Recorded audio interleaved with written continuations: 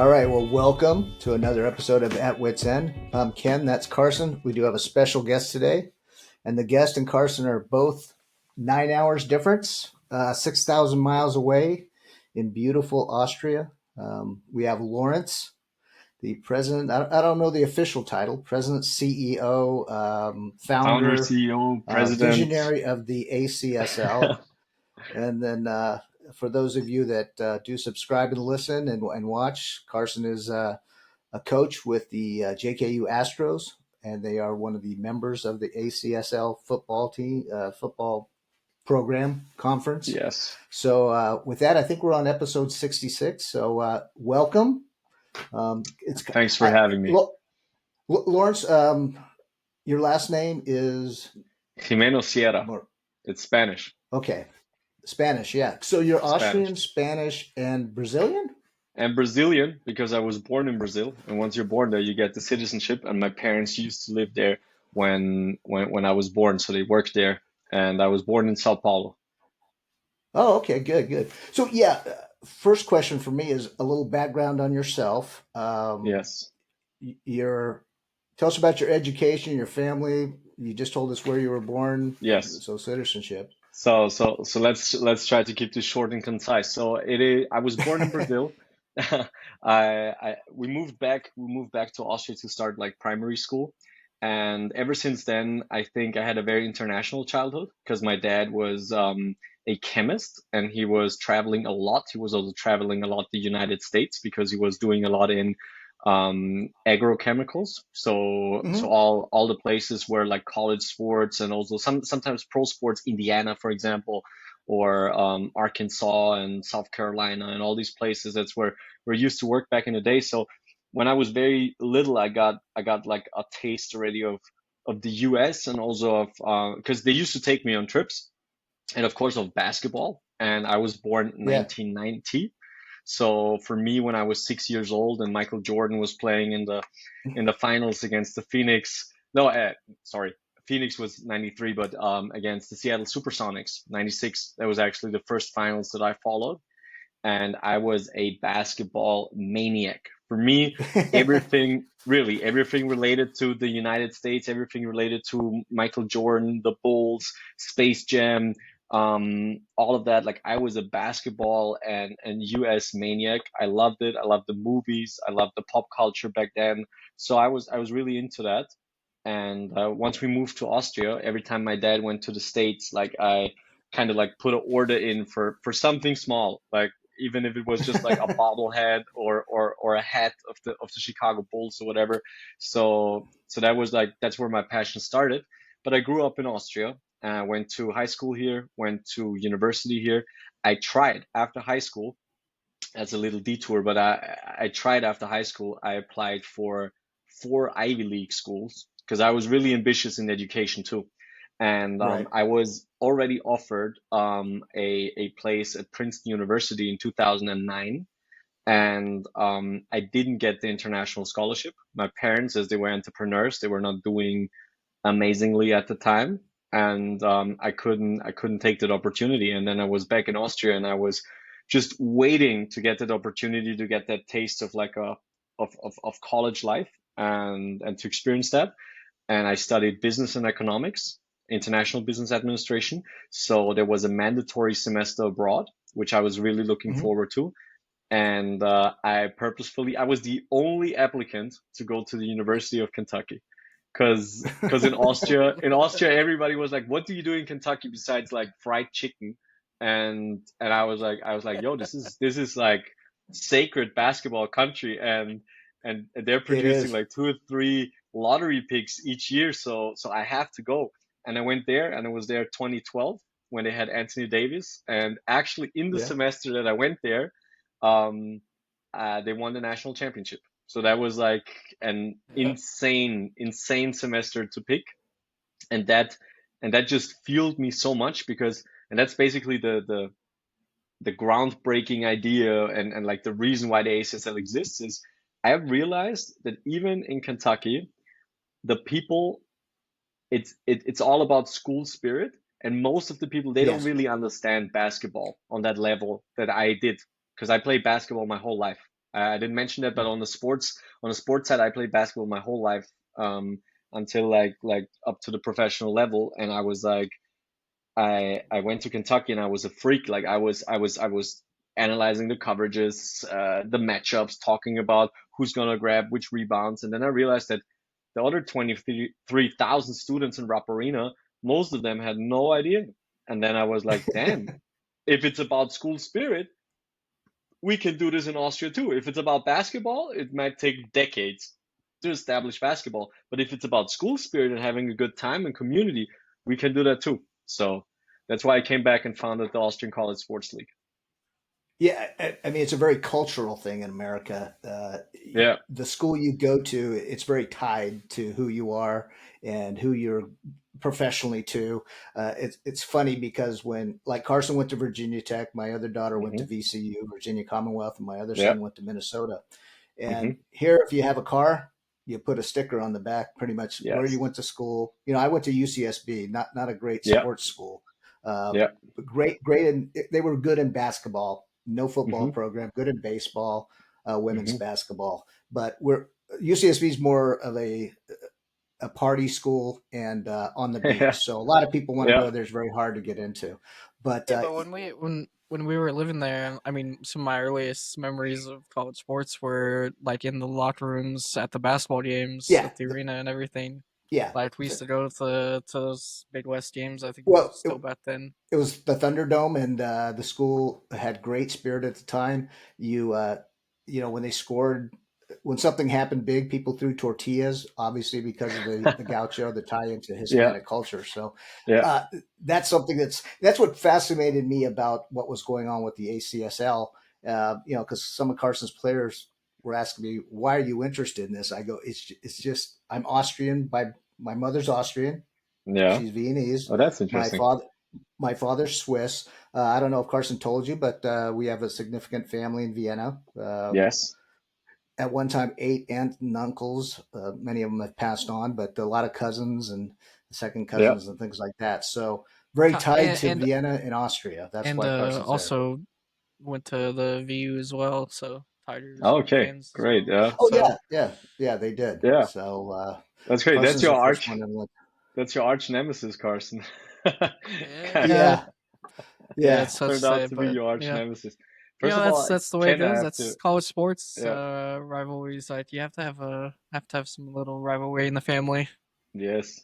Yes. Well, And so I have to would you compliment you on your consider? outfit, Ken. That's a Well, great yeah, great I choice for work for today. you, Yeah. and because I don't know if you noticed, I'm wearing a Breitling, so Yes. to make Yes. sure we're Yes. sponsored correctly, Yes. I love one that. of the big sponsors for the ACSL, and especially since my uncle happens to live in the same building as the Breitling store in Vienna at Colmar. That's what Carson So tells me. Yeah. great spot. I think you've done a phenomenal job. It just blows me away. I tell people it's like a mini version of the NCAA. Yeah. And then you pretty much started from scratch. I don't know the whole story, and maybe you can get into that a little bit. Yeah. And I will compliment you. You did post something a while back, and I said, "Wow, he's got some cred. He Yeah. can dribble." I didn't know you were that into basketball. So yeah, I saw you Yeah. dribbling in a video, and I go, "Wow, impressive." Okay, so Yeah. he can walk the walk as well. So who Yes. you take? Who you taking tonight in? Do you have a team for tonight's Game championship? 7. Oh, Yes. I'm all over this. So we actually did. We're doing a watch party tomorrow morning, 7:30 a.m. Wow. In the office, because I mean the game will be finished by then. But then we're gonna avoid the spoilers. We're gonna go to the office, and just Okay. before we start our working day, we're gonna watch this, because I'm really into this, and I think basketball wise, this is a great finals. It's not maybe what the league is wishing for in terms of like Boston, LA, and getting like all the media into it, but like basketball wise, it's been really fun to watch. And I'm not really picking sides in this one, because like I don't have any stakes in any of the teams. I just want to see a good game. Well, But I would. actually, you Yeah, do. I do. You mentioned it Indiana, or earlier. Well, no, I would think it's Oklahoma because, granted, they have not ever won a. Neither team has won a championship in their current city, yeah. but the Thunder The Seattle came connection. from Yeah, Seattle, and you had Seattle. I mentioned know. the Yeah, Supersonics earlier. the Sonics. Yeah, So yeah. No, I I like. thought maybe that I was going to be your team tonight. I really like Shea. I really like Shea Gilgeous-Alexander. I think he's doing well. I mean, taking a little too many free throws, trips to the line, but still, I think he's doing wonderful. And Halliburton had a phenomenal run. I mean, sometimes he has games where he just disappears, but that playoff run is insane.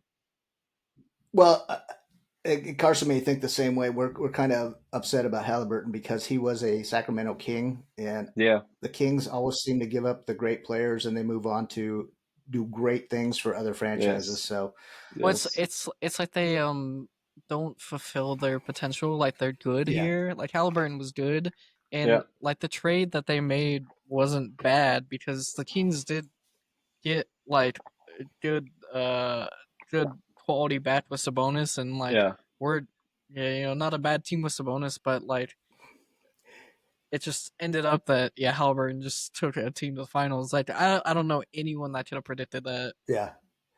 Hey, I got to say something because I was thinking about this earlier. The difference between Austrian and American cultures. And Lawrence just lifted, for those of you listening and not watching, you lifted up a large tumbler. Is that a Stanley tumbler? That is actually a Stanley tumbler. Yes, it is. I got it as a That's one of present. the. Okay, I mean, I don't know if you know, in the United States, that's a It's big thing huge. and It's kind huge. of I a know. status symbol. And I remember we gave some of the guys on the team tumblers from At Wits End, and I don't know if they use them because I never see them used in Austria as I think or koozies. or Do you know what a koozies, like koozie is? yes, yes. I do own Kentucky koozies. Yeah. Yeah, there Yes, you go. Yeah, exactly. definitely. I do own Kentucky koozies, but they're not used very much around here. But the Stanley, I love the Stanley because it keeps the drink cool for so long. So I really like that. Yeah. Well, we may have to see some ACSL merchandise in the Stanley Yes. tumbler soon. Yes. I should contact them as a sponsor to get it more integrated into Austrian culture. Yeah. But I think they're quite big. I think they have a lot to handle right Yeah. now. Hey, Yeah. so what year did you actually found the ACSL, and how did it So start? How did you do that? okay, it sounds crazy, but it's like imagine you spend a semester at the University of Kentucky, 2012. They win the national championship. It's absolute mayhem on campus. Like every game that you win, it's like a parade. And then once we made it to the playoffs, it was just insane. It was Hmm. unbelievable to me, like the spirit and what we also experienced at the university. So just tapping into my experiences at the school, I was huge into sneakers as well. Yeah, so back in the day, if you wear a size 13, 14 in Austria, it was hard to get shoes. So I was basically also my number one shoe supply was when my dad went to the States and he got me some Nikes, right? And Yeah. so I was huge into sneakers. So I came with a pair which was exclusively sold in Europe. It's a Europe exclusive. And I came into Foot Locker and there was a guy it was a Foot Locker employee and he was saying like, yo, how did you get those? And I said, well, this is in Austria, you can just buy them at Foot Locker, like nobody cares. Yeah, it was a pair of LeBrons. Yeah. And the guy was saying like, Yeah. if you can get me a size 18, then I can get that to Darius Miller, who was a player on the team. And I was like, how do you know Darius Miller? And he was like, oh, I live with him and I'm on the practice squad of UK. And I was like, okay, can I kind of like get into that? And he's like, can you hoop? And I was like, well, I guess I can hoop. I don't know if I can hoop like you guys, but I can hoop. So he got me. So I got the shoes. So my brother actually bought them in Austria, sent them over to Lexington, and then I got the shoes. I brought it to him, and then he was like, "Yeah, you should come hang out." So I went to the house, and then we hang out, and it was actually Anthony Davis' birthday that day. And then we were like on a couch, and there was like Darius Miller, Anthony Davis, Marquise Teague, Michael Kidd Gilchrist, and then they were saying like, "Yo, you should meet Coach. You should meet Coach Cal." And Yeah. I should meet Coach Cal, yes. And then I met Coach Cal, and then I was part of like the pre-draft workouts, like end of April after the national championship had concluded. Then I was part. I was just rebounding. I was like rebounding and basically talking to the people there. I was just there were a couple students which were chosen to help with the workouts, and I was one of them. And for me, it was Right. like a dream come true, right? And then imagine you're this close to this whole world of like NBA players and coaches, and you have these events with 25,000 students going there, and then you have to go back to Austria, to Vienna, and there's none of that. None of that. Yeah. So even before leaving the States, I had like fear of missing out. I was like, no, like I don't want to go back. So after my stay in Kentucky, I did a trip. So then I went to Chicago. I watched the Bulls played. I went to Orlando. I went to Miami, and I went to San Francisco. And in Miami, I even saw LeBron James in the playoffs against Indiana back in the day, against Paul George and Danny Granger and that team. And then I went back to Austria, and I was in a crisis. Like my life in Kentucky felt like a Hollywood movie compared to what it was in Vienna. Yes, because like you have to know, like Kentucky has, honestly, I love it. Bless the bluegrass, but still, I can tell you, there's nothing going on besides college basketball. But if you are a student, 100% agree. Yeah. Well, it's bourbon country too, so you drink a lot. Yeah, bourbon, right. So you had bourbon, you had horse racing, you had fried chicken, and you had basketball. And I was not too much into the bourbon. I like it, but it was not something that I would like indulge in. The horse racing was like once country a year. Music. Country music. I went to Tennessee actually to the country music festival. That was pretty cool. But all these things, like for me, was like basketball and NBA. So I came back to Austria and I had none of that. And then I just felt like it was always my dream to play for like my school. And there is no team like in Austria, it's completely separate. You do sports in the sports club, you do education in an educational institution, in a school or a university. And there is no connection between these two worlds. And then I said, okay, I played basketball my whole life. I know so many basketball players that quit with 18 because either you go pro or you quit. Or you do some in between men's league, rec league, whatever, and it's just nothing cool, right? So I talked to them and I was like, guys, what about we do our own college basketball team? And they were like, you're crazy. Like, who are we gonna play? And the university's never gonna approve this. And why would it be cool? So then I can tell you, it changed my life. In 2012, before I went to the semester, I bought a MacBook. We're doing a lot of advertisement now for brand deals, but still, I bought a MacBook. And on this MacBook, there was a movie maker. There was a song maker, so GarageBand is the name of the program. And I had my first iPhone with like a camera on it, like with a decent camera. And then I was like, I have a camera, I can make movies, I can make songs, I make sounds, I have a boombox. And I organized my birthday party, which was in February of 2013. And it's in February, so I organized it as an all-star game. So basically, I took my friends and I divided one part of my friends into Western Conference, one part of my friends into Eastern Conference. I made shirts at home, which I literally sprayed on with car paint. It was just like taking like a stencil. I put a stencil on it and sprayed on it with car paint, and then I recorded intros in GarageBand. And I got from a DJ friend, I got like a smoke machine. So I had a smoke machine in the locker room, and I clicked the lights of the locker room on and off to make like strobe light effect. And I had like full-on intros for the Eastern and Western Conference. And we did all the challenges that you do on an all-star Saturday night. And then we had like a legit all-star game, 5-on-5, East versus West, with like former basketball players. And we had the best time. And then I thought like this homemade event was more fun than any Bundesliga game I've been to in the last 10 years. So then I was like, I actually can do this. So I really like, that was like the testing grounds. And I was like, I can actually put on an event all by myself, which is kind of fun. And if we would do this with university players and we would just like invite some students and say like, this is the WU playing against actually it was the law faculty back in the day, which was like the biggest rivalry. So it was business against law, right? So I said, if we do this, it will be insane. So then I went around Vienna and I told everybody about my idea. And I said, like, I'm going to do logos and I'm going to do jerseys and I'm going to do like, I get a venue and we're going to do an event. And that was 2013.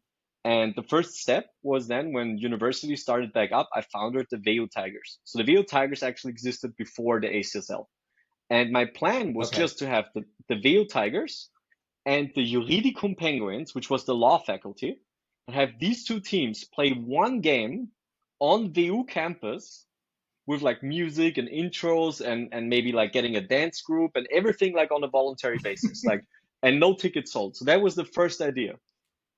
And I tried to organize that. And on the way of organizing that, like, people got word of it.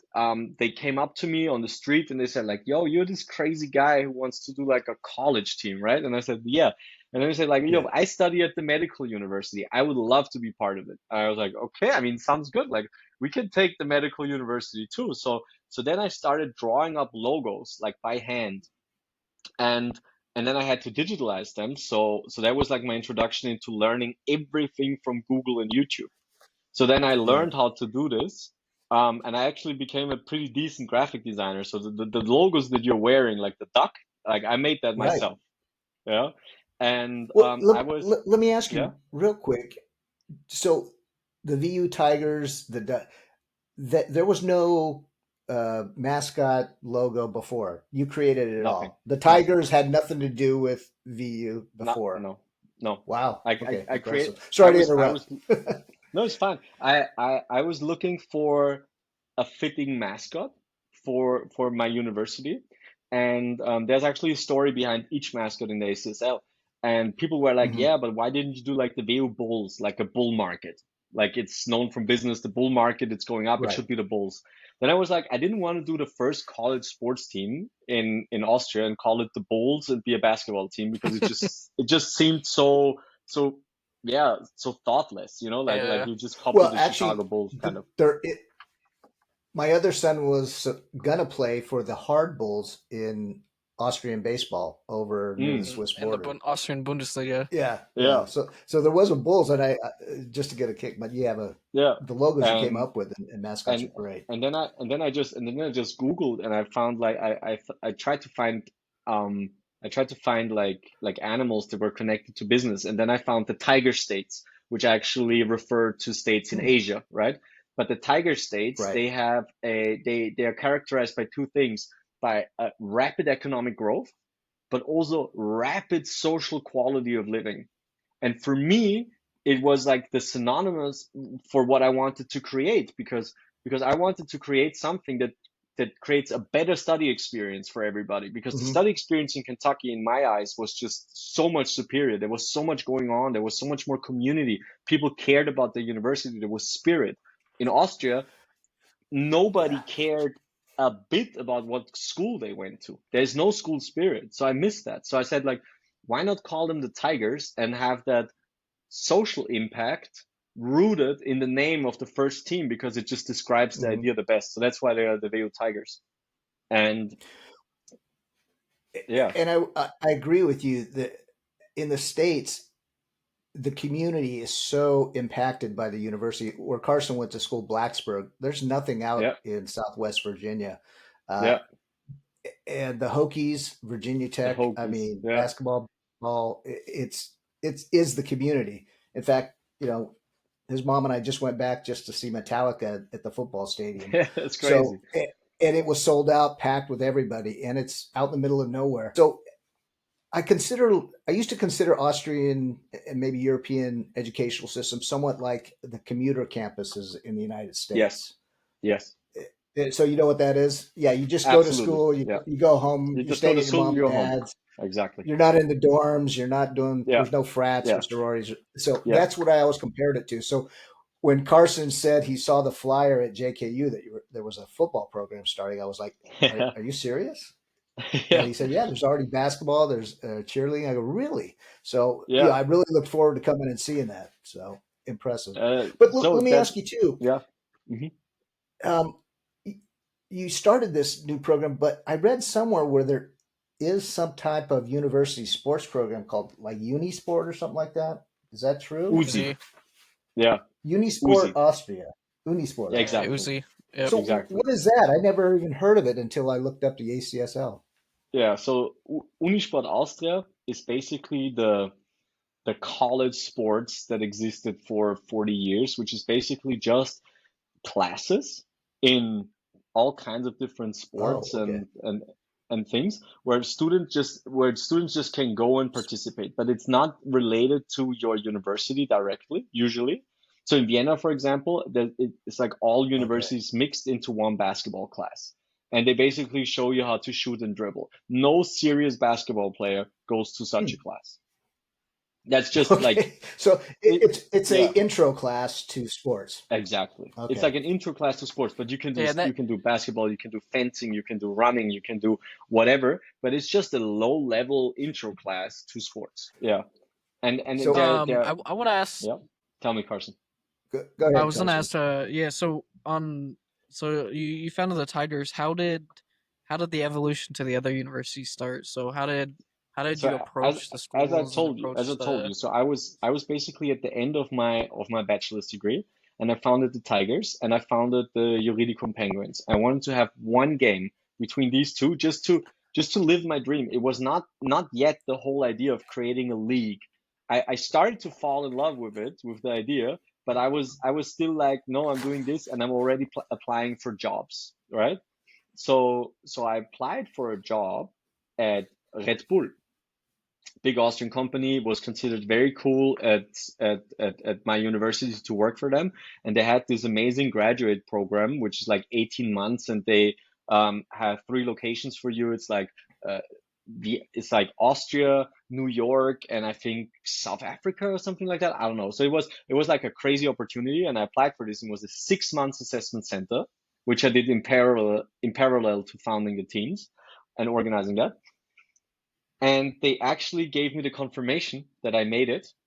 And then they allocated me to the wrong team. They allocated me instead to the sports marketing team. They allocated me to the press team. And then the press team was saying like, so why are you here? And I'm like, I don't know. Am I not supposed to be here? And they said, no, you're not supposed to be here. You're supposed to be with the sports marketing. And I'm like, I thought this is sports marketing. And they said, no, this is press. And I was like, okay, so what do I do now?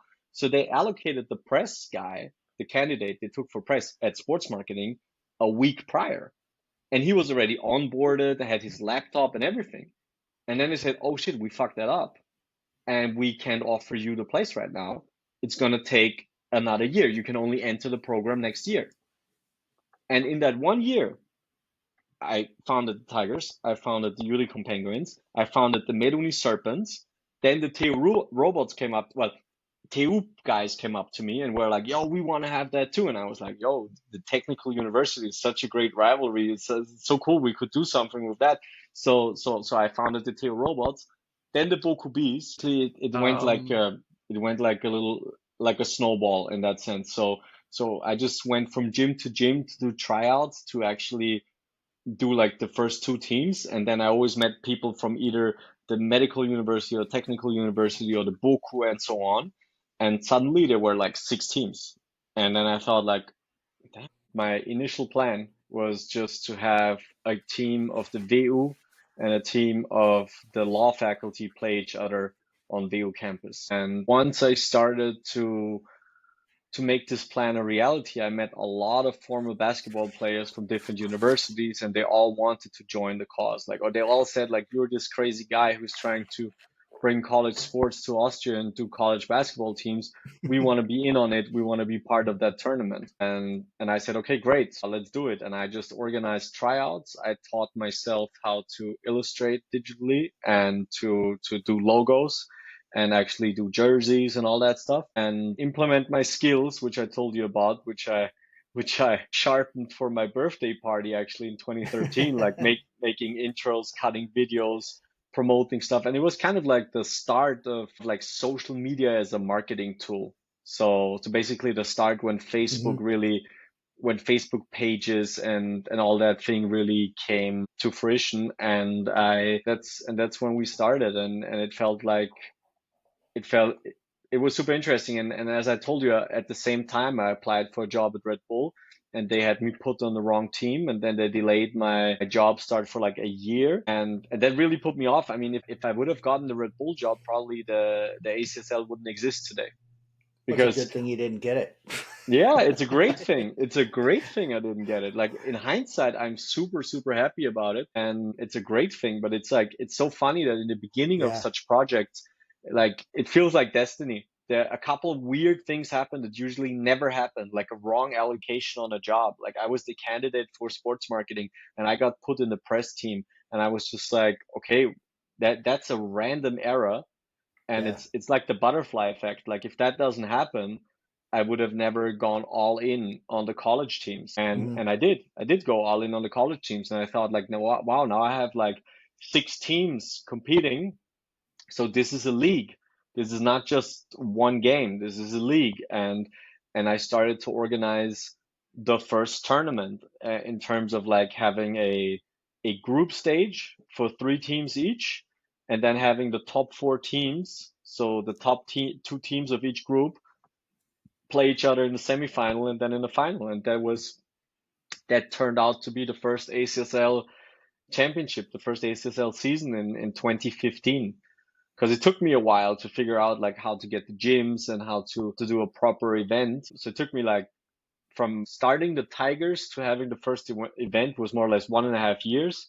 And Right. while finishing my bachelor, while applying for jobs, while a couple things what you do as a student, you know. So basically that was that. And since 2015, I've been all in and more than in love with the idea and with the project. Oh, I got to ask you, with Red Bull, did you ever meet Dee Yeah, Dee? I never met Didi. You I did. never met Didi. No, I Oh, you didn't. I didn't. didn't. So Okay. no, I didn't. I I never also met admired Didi. him. So Yeah. Yeah, yeah. I think it's great, but I had my differences actually with Red Bull because it just went on for me. I was never lucky with Red Bull. So basically I went for Yeah. this 6 months assessment center and they put me in the wrong Mhm. job and then I couldn't start that. So that I mean, in hindsight, great because that was the Yeah. reason why I started the ACSL. But back in the day when I was 23 years old, I was like, Pressed, why? bummed out. How? Yes, Yeah. of course, I was bummed You out. screwed up. You And screwed up my life. yeah, it felt like it. It felt like it at this point, and it was all due to an error. Yeah, it was all due to a mistake. So that just felt very unjust. And at the same time, when I started the ACSL, then I worked with Red Bull. So they were basically one of our first sponsors, but not paying sponsors. They just gave us the cans and sometimes like I don't know a sound box or Well, something like that for an event, right? so they're currently not a sponsor anymore, correct? They're not a sponsor. They're not a Oh, sponsor. So because they used to give us cans. I'm gonna tell you a story about this one. So they used to give us cans, right? So yeah.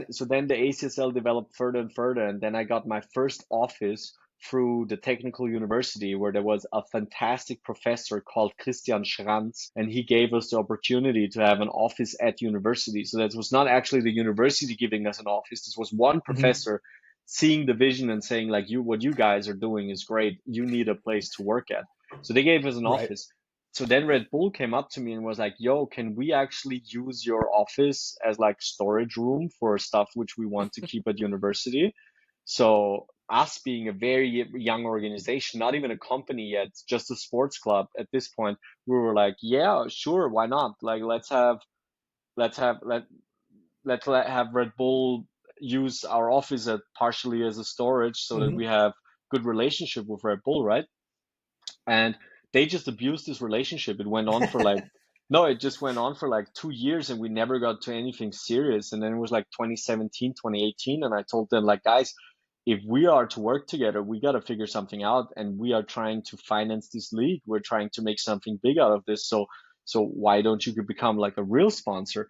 And they did the most absurd thing that I'll never forget. So they told me, okay, you're going to have an appointment tomorrow morning in Fuschl.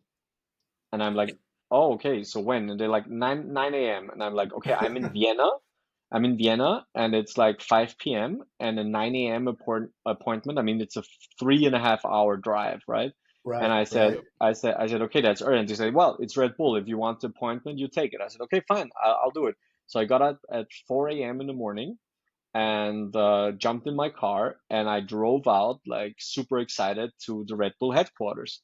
And I showed up at the Red Bull headquarters 8:30 in the morning in the year 2017, and the guy who said that he wanted to have an appointment with me, he didn't show up. So he just left me there. So I just drove 3.5 hours to go there. I said I have an appointment at 9, and they were like, "Oh, the guy who was doing this appointment with you, he just decided not to be here today, so he's not going to be here today. So you don't have an appointment." And I'm like, "I came all the way from Vienna," and they were like, "Oh, that's great. So You can have a Red Bull and you can go home." And I was really pissed about that. So then Yeah. it I can kind imagine. of Yeah. and listen to this. It kind of went on for another year, and then I got an offer by Monster Energy to sponsor, back in the day at the time, 15,000 euros and 15,000 Hmm. cans that we can also sell at our events. And that was a good deal for us. Yeah. And we were working with Red Bull so far. So I was saying, like, working with them, we were just handing out their cans. So we were basically free sampling for them. And I was saying, guys, I have an offer from Monster Energy. If you want me to be with you guys, you got to make at least the same offer or better. And at the time, they had student brand managers at each university, and there was Right. a very nice guy actually called Raphael Schergi. He was a great guy. I liked him a lot. He was from VU, and he told me, like, "Yo, I'm gonna have a good appointment from you with the head of partnerships and the head of sports marketing, but you have to come to Fuschl." And I said, the last time I came to Fuschl, they didn't show up, and I got up at like 4 a.m. and I drove 700 kilometers going back. So they better be there. And he said, I guarantee they're gonna be there because we're not interested in you working with Monster Energy. So be there. And I was like, okay. So I took the car again, and Colin was with me at that point, and we drove out to Fuschl a year later, and I came up there and I saw Raphael, so the guy who was actually telling me to come for the appointment, and he was pacing up and down the entry hall when we entered. And I said, Raphael, are you okay? And he's like, oh, well, Lawrence, I don't know if the other guys are gonna make it today to the appointment. And I was like, Raphael, are you shitting me? Like, this is the second time we come out to Fuschl, and the guys who are taking the decision, they're not showing up. And he was super agitated. He was like, yeah, okay, that's ridiculous. I know I promised you that they're going to be there, but well, maybe they can make it. And then we waited for 2 hours in that meeting room, for 2 hours. And then I said, like, this is ridiculous, man. I'm going back home. And he said, no, just wait a little longer. And then the guy showed up. So the guys were actually at the office, but they didn't think it was important to meet with us, so they just didn't. And in the end of the day, they texted an offer to Raphael, and they told him, offer them 5,000 euros. If Monster offers them 15, we offer them 5, and that's it.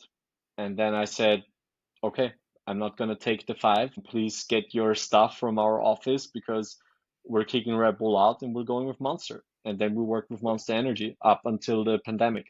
And then Monster Yeah. actually closed their sponsorings. If not, we would be working with Monster to this day probably. But they didn't do any sponsorings anymore in Austria after that in the pandemic. They only did that like skiing events and stuff because Right. they got out of like the other sports.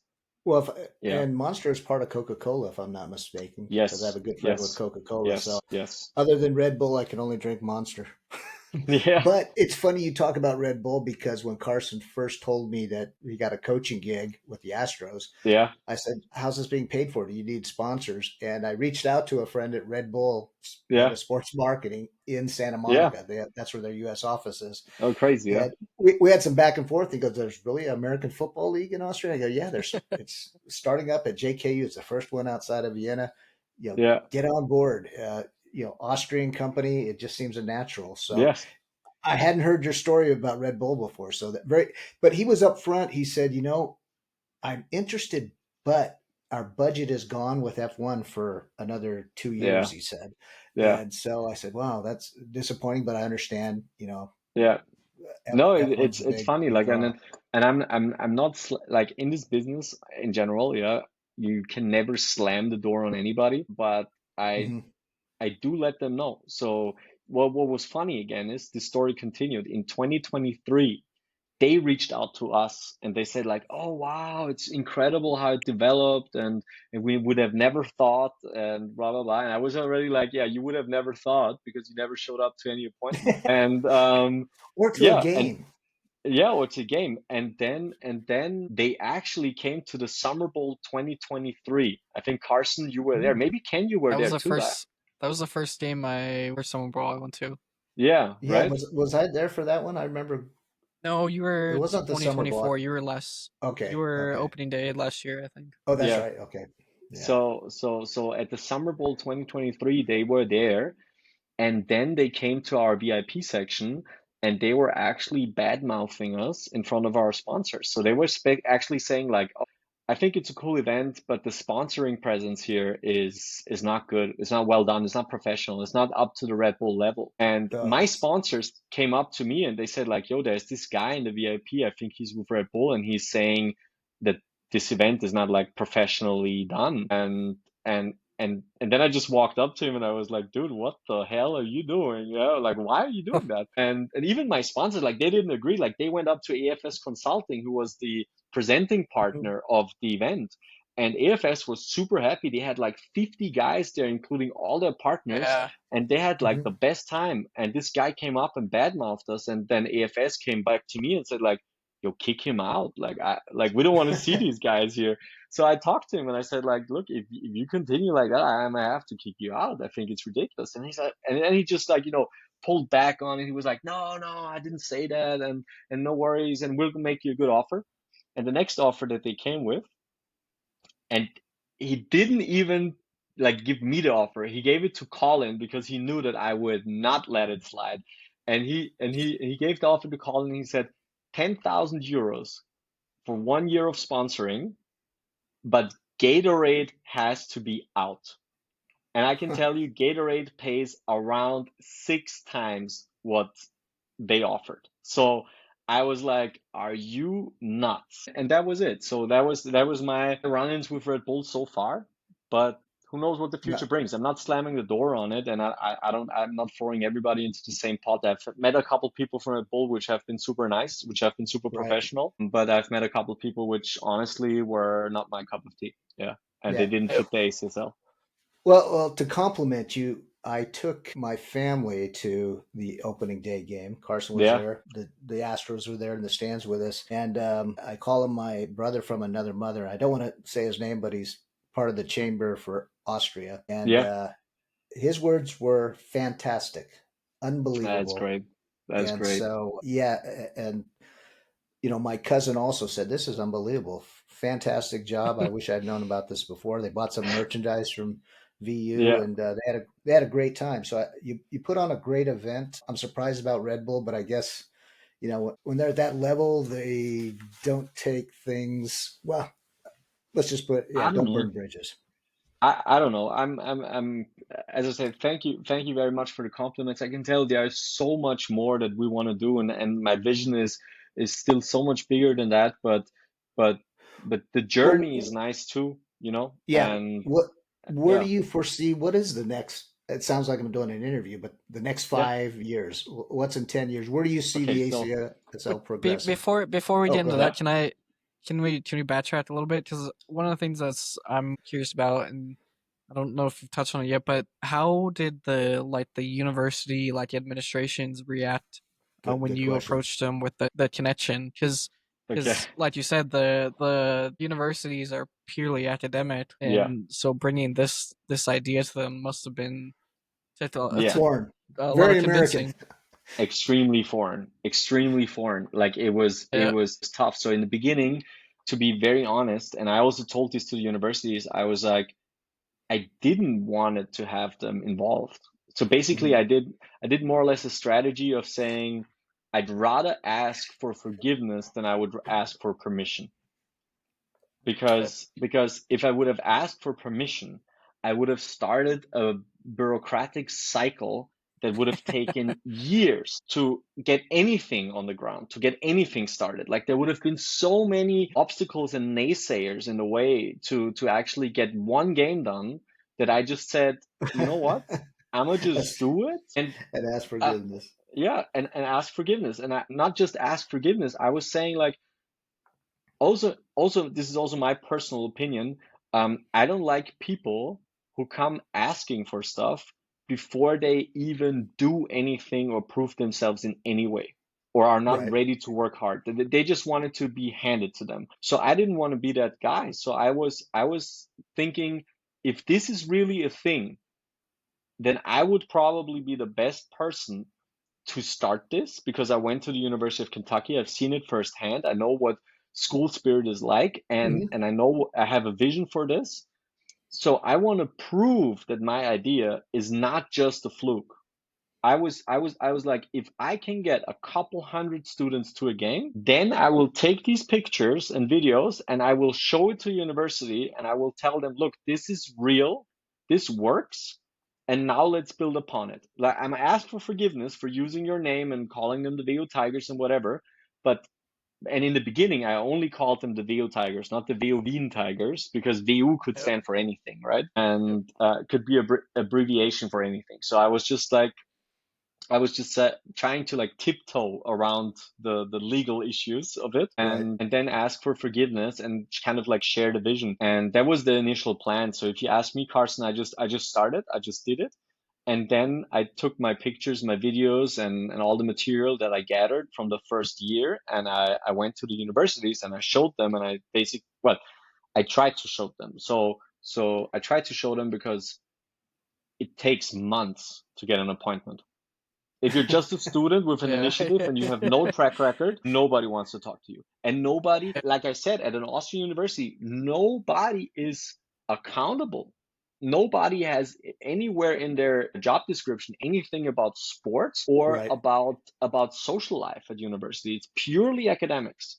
So basically they didn't even know who to push me to. So so in the beginning it was very hard to get anybody to talk to, and once I got people in it a little bit, like talking to them, it took years.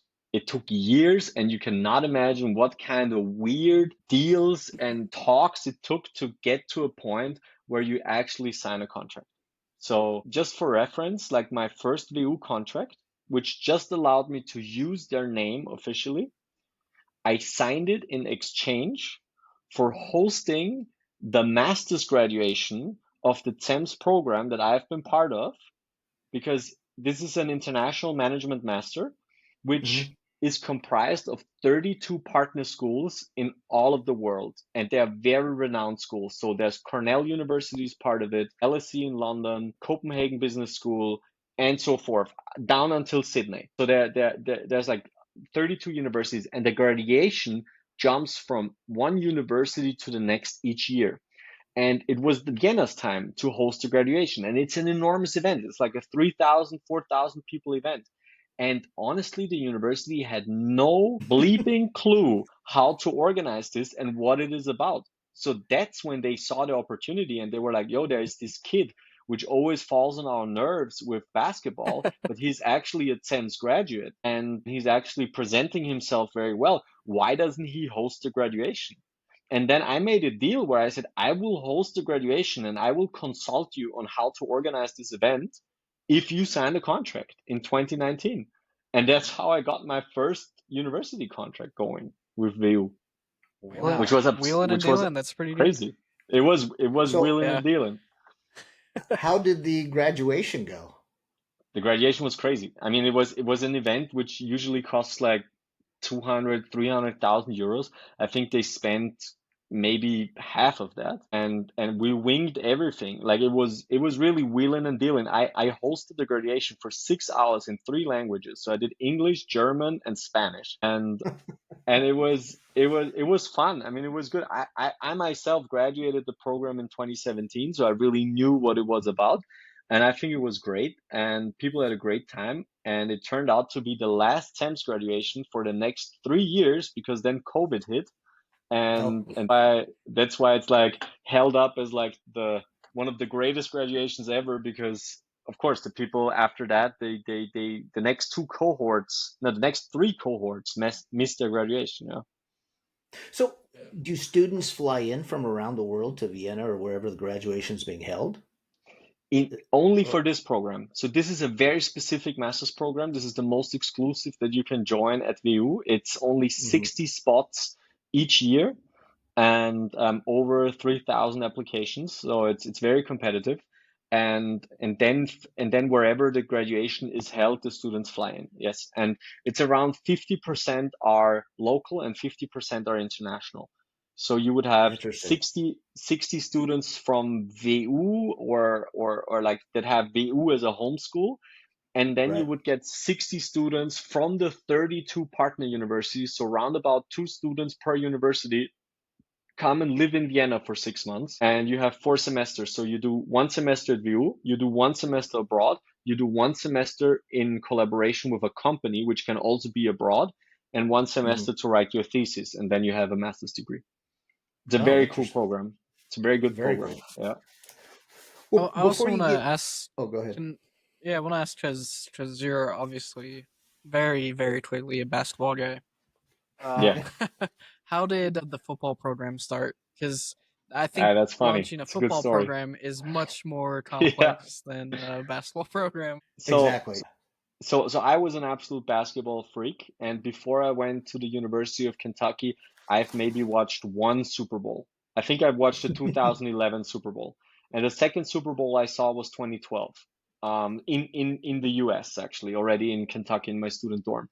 But the funny thing was, I wanted to get, this is very funny, like how these things come about, because it's again an absolute random occasion. Because I wanted to get the most out of my semester abroad. So I asked the University of Kentucky, what is the first day that I can actually show up to my semester?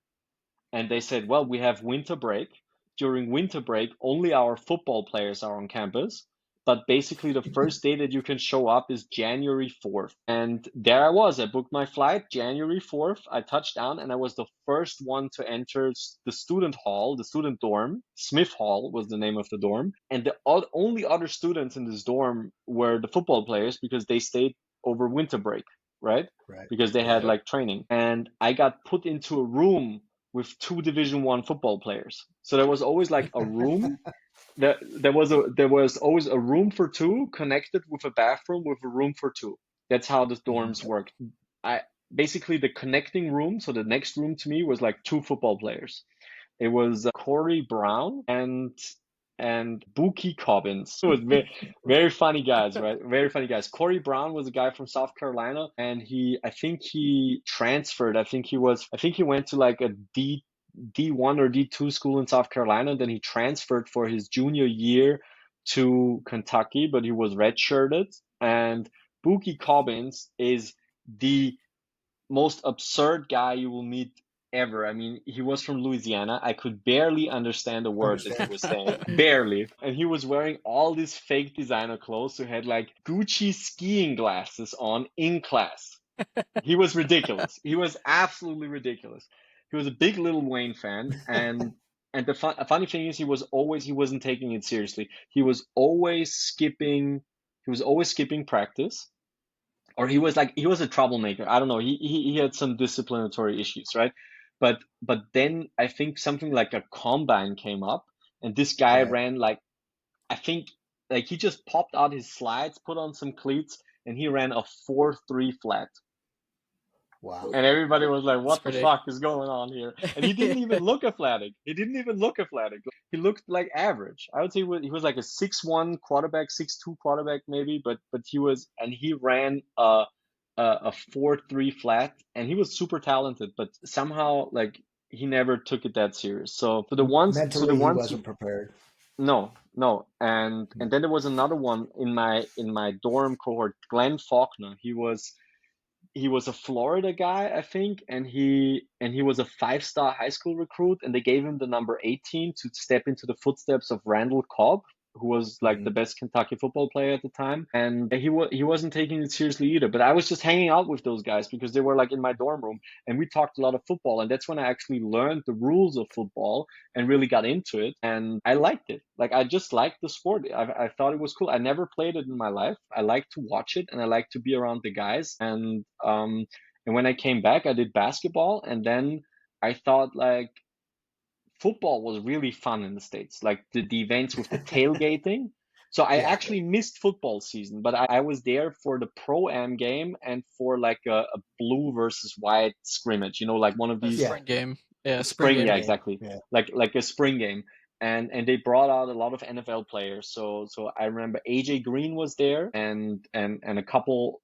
Okay, it's saying trying to okay, it's reconnected. So AJ Green was there. There were a couple like celebrities there. It was cool. Stevie Johnson, he used to be a receiver. He was also from Kentucky, and I got into it. And then I did the ACSL. I did basketball, and then in 2016 I thought like, yo, football is kind of big in Austria too. Like the Vikings. So I kind of like Vikings.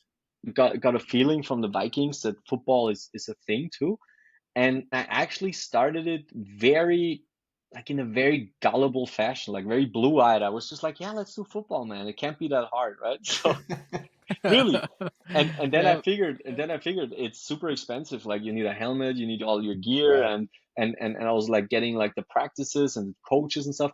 And I found like a group of just very motivated students again who saw the blueprint for basketball, and then they said like, okay, let's do this for football. And it was in the beginning, it was the VU, it was the medical university, it was the TU, and we had these three teams, and we started the practices. And then I figured something out, which was an absolute game changer for college sports. And that was something that I think contributed so heavily to the success for the ACSL. And this was, so the basketball team got very competitive very quickly, because I myself, we played all up to the pro level. So basically, either you played all your life and you are taller than 6'2" and athletic, or you're not going to make the team. So the level of basketball was very quickly very high. And we had a lot of national team players who then joined the ACSL in 2016, right? And the cool thing about football is, and maybe you guys are going to go crazy about this, but Carson, I think you're living this right now, is you can start football with 18 and still become decent at it. Like it's a sport. I mean, it's, if you're a quarterback or whatever, you better play it all your life. But a lot of these guys in the ACSL, they start football and they have never played it before, and some of them even become decent. I mean, we had two ELF players from the Tigers who barely played football before, but made it to an ELF roster. If you compare this to basketball, you could never start basketball at 18 and make it to the EuroLeague. Never. Maybe if you're 7'4", but never would that happen in terms of like skill. So that was something that I figured, that in a football team, you need tall guys, you need short guys, you need fast guys, you need strong guys, you need a lot of people.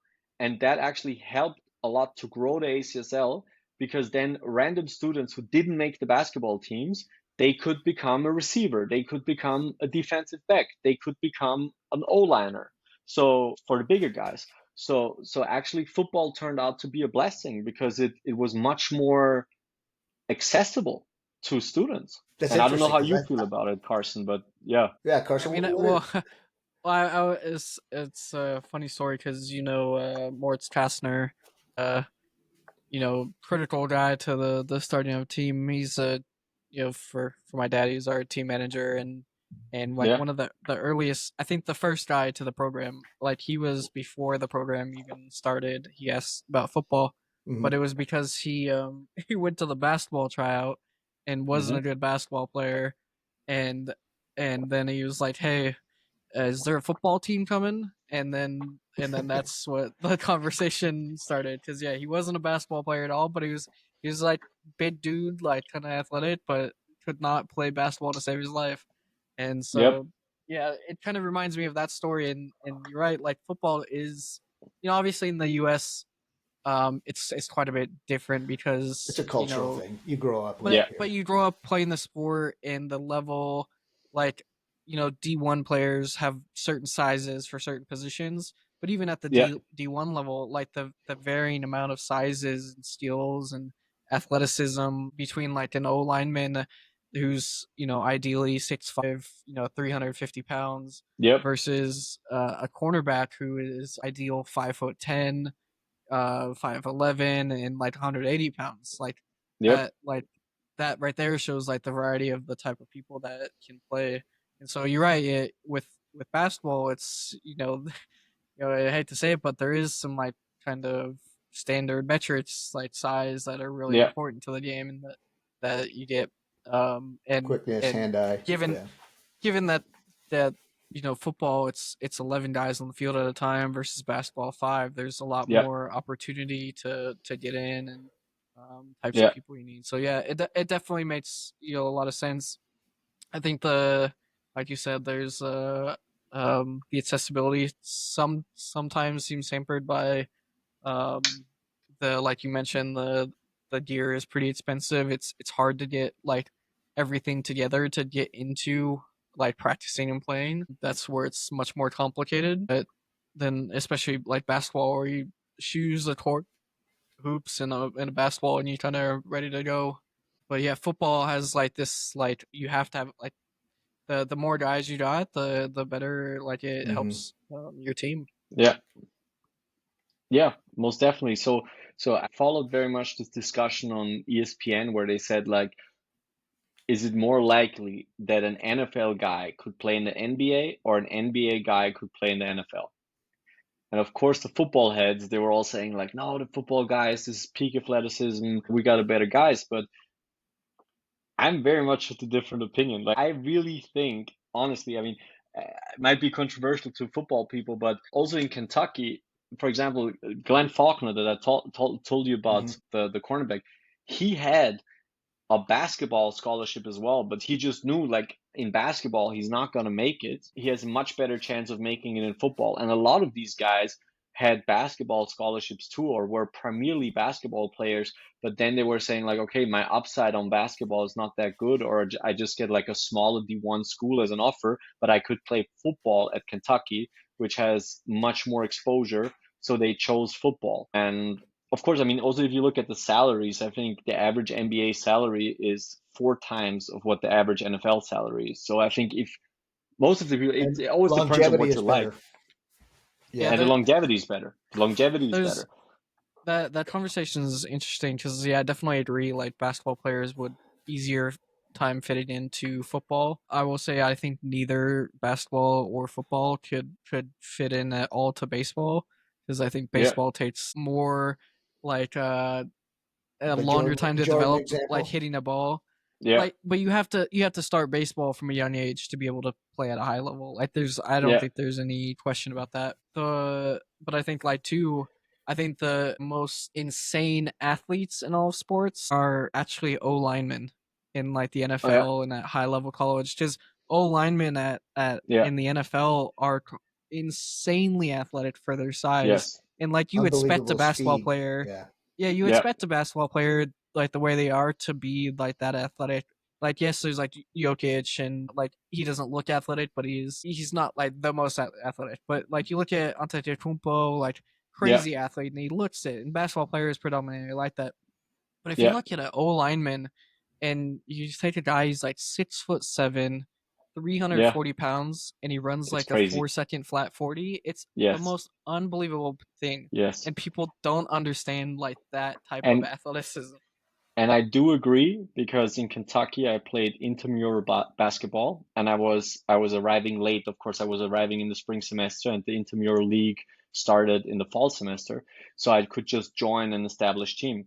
So the football guys had me join the football team. So the football team that played intramural basketball, and it was very weird because I couldn't even wear the jersey. Like the jersey, the team, get this, the team was called NWA, and you know what that stands for. Ooh, yeah.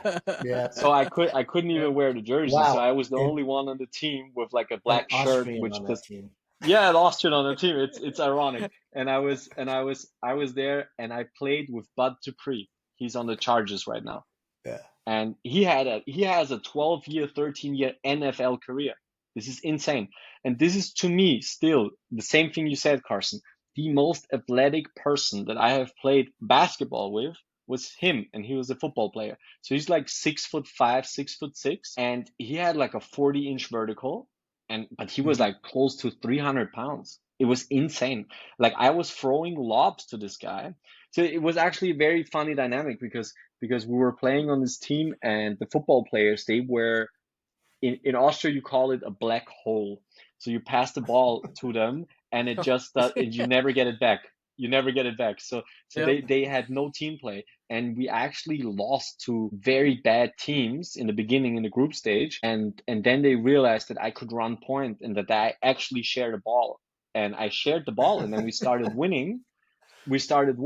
And we actually made it up until I think it was the semifinals or whatever. And there was and then there was a team of like Indiana high school students who all studied at Kentucky, but like they played together Yeah. on the same high school team before, and they demolished us. Like instantly they realized that I am the guy sharing the rock, so they double teamed me full court. So I couldn't even get the ball up the court because they were like super physical, and it was so hard to get the ball up the court. So then I was subbed out, and then the football players did their thing, and I can tell you the ball did not move. So whoever touched the ball first was the one to shoot the ball. So we lost that playoff game by 40 to guys who looked like average Joes, but they Yeah. were fundamentally so sound. And the football players were hyper athletic, but zero team play. So that was funny. It's a cool story from back in the day. Well, actually, So Carson, you've got a similar story. a little Carson bit, used to play yeah. basketball AAU Yeah. Oh, okay. with Eric Armstead, who is now with the Mm, Jacksonville Jaguars and was with the 49ers. So that And transition from basketball player to football, because he wanted to play basketball professionally. That was his yeah. goal, but the he played at opportunities Oregon came. too. Oregon, yeah, he When was he went to phenomenal. played Okay. football at Oregon and played basketball at Oregon. Okay. Yeah. Crazy. Yeah. But yeah, Yeah. Carson was in charge of just getting him the ball.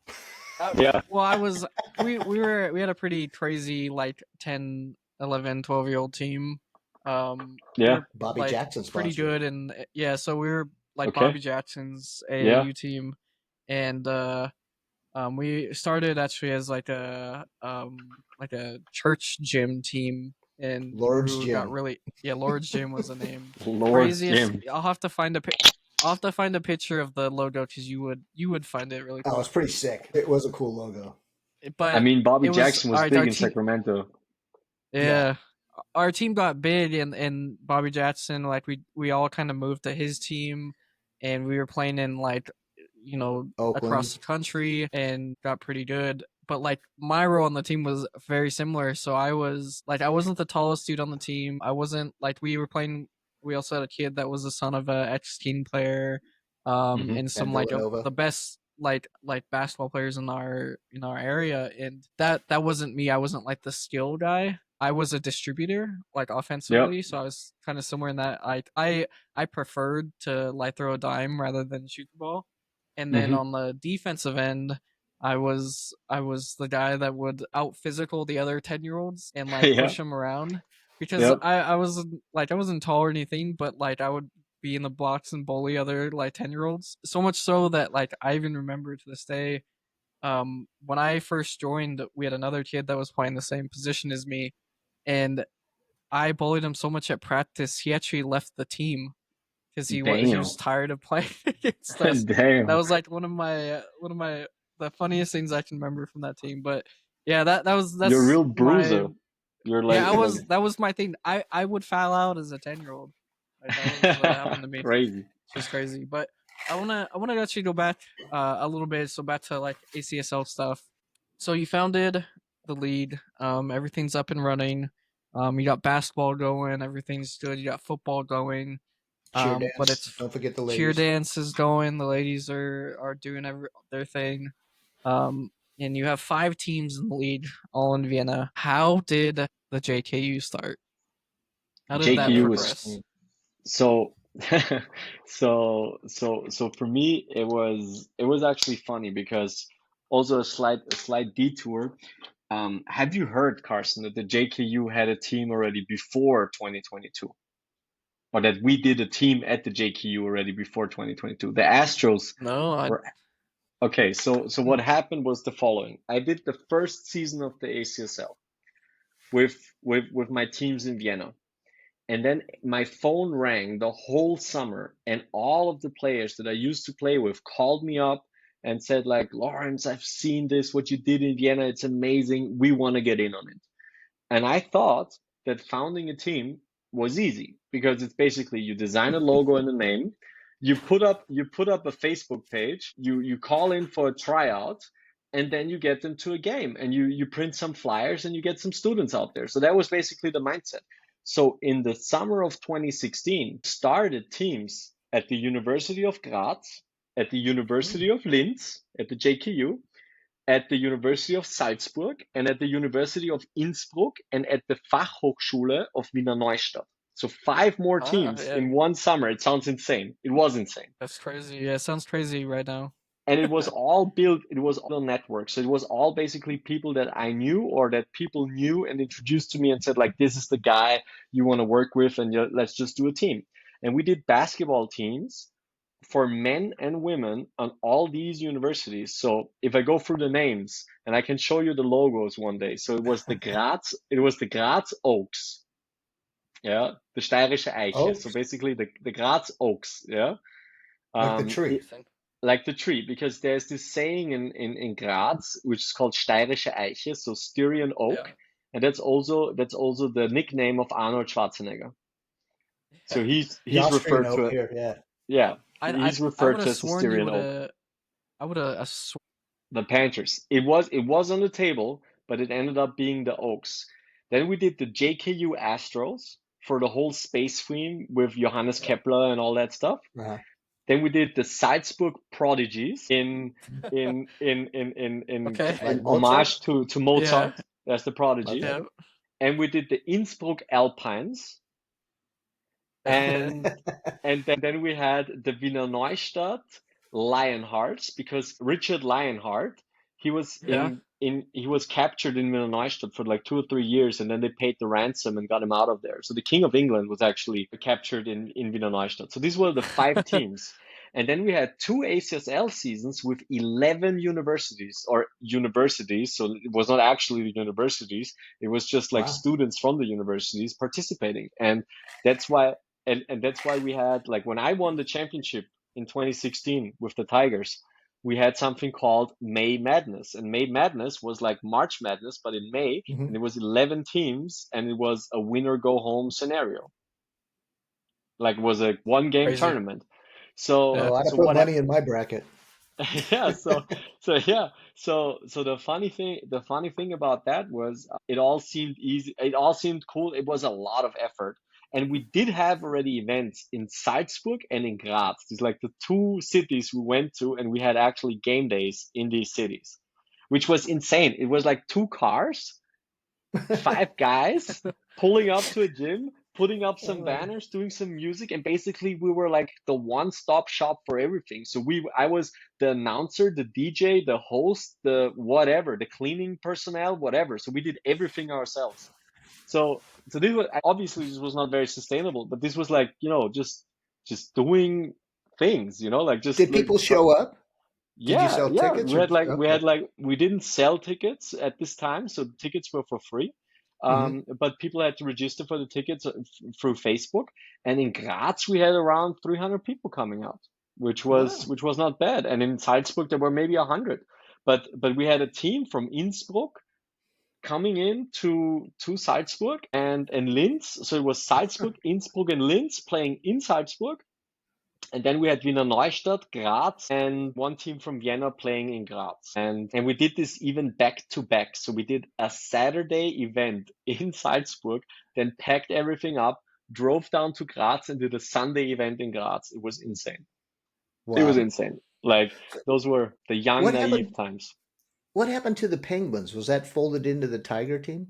The Penguins were folded into the Emperors. So in Vienna, the University of Vienna, once we got contact with them, they said, like, okay, the law faculty is just a faculty of the University of Vienna.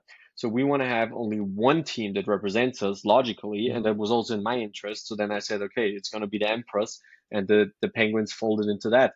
But also interesting was, like, we had all these teams, 11 teams then, but then I really realized that to really build this up as college sports and make a professional organization, this cannot be done on the shoulders of 10 voluntary basketball players, right? Bunch of pros getting together. Yeah, but it was just the bros. It was the wild old times. It was just wheeling and dealing, like you said. And But that's good. and I like that yeah. aspect of it. So Good and I story. think that was also very important for the ACSL in the beginning because we never complicated things. We're just like, yo, this sounds good. Let's give it our best shot. And we gave it our best shot. And obviously sometimes you win and sometimes you lose. And we lost in that sense with the teams abroad, like in the other Bundesländer, because we were just saying, okay, there's no sustainable organization behind that. Like we cannot really build that Mhm. up sustainably. So in 2018, and I think the last team got cut 2019, we cut back to 5 teams. So the Penguins and the Stallions, which were the team for the sports faculty in Vienna, so it was law and sports faculty, they both morphed into the Emperors.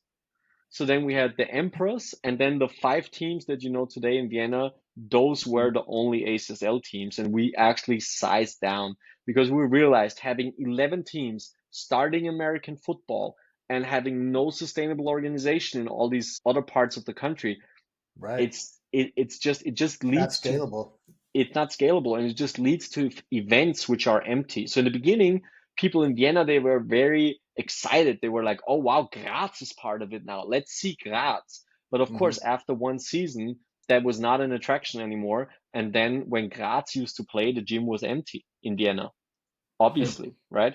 So Yeah. that was an issue. So then we said like ACSL events are not supposed to be empty. They're supposed to be full of spirit and full of people who enjoy what we're doing. Excitement. So Right. excitement. So we took the hard decision to cut the teams because we had very good people on these teams. Like some of my best people I got to know in the ACSL were from those teams. They were amazing people, but we had to cut them. And then in 2021, a video popped up on YouTube of the rector of Linz who was saying in an interview that he would like to bring more life to campus, and he could imagine having something like a college sports team.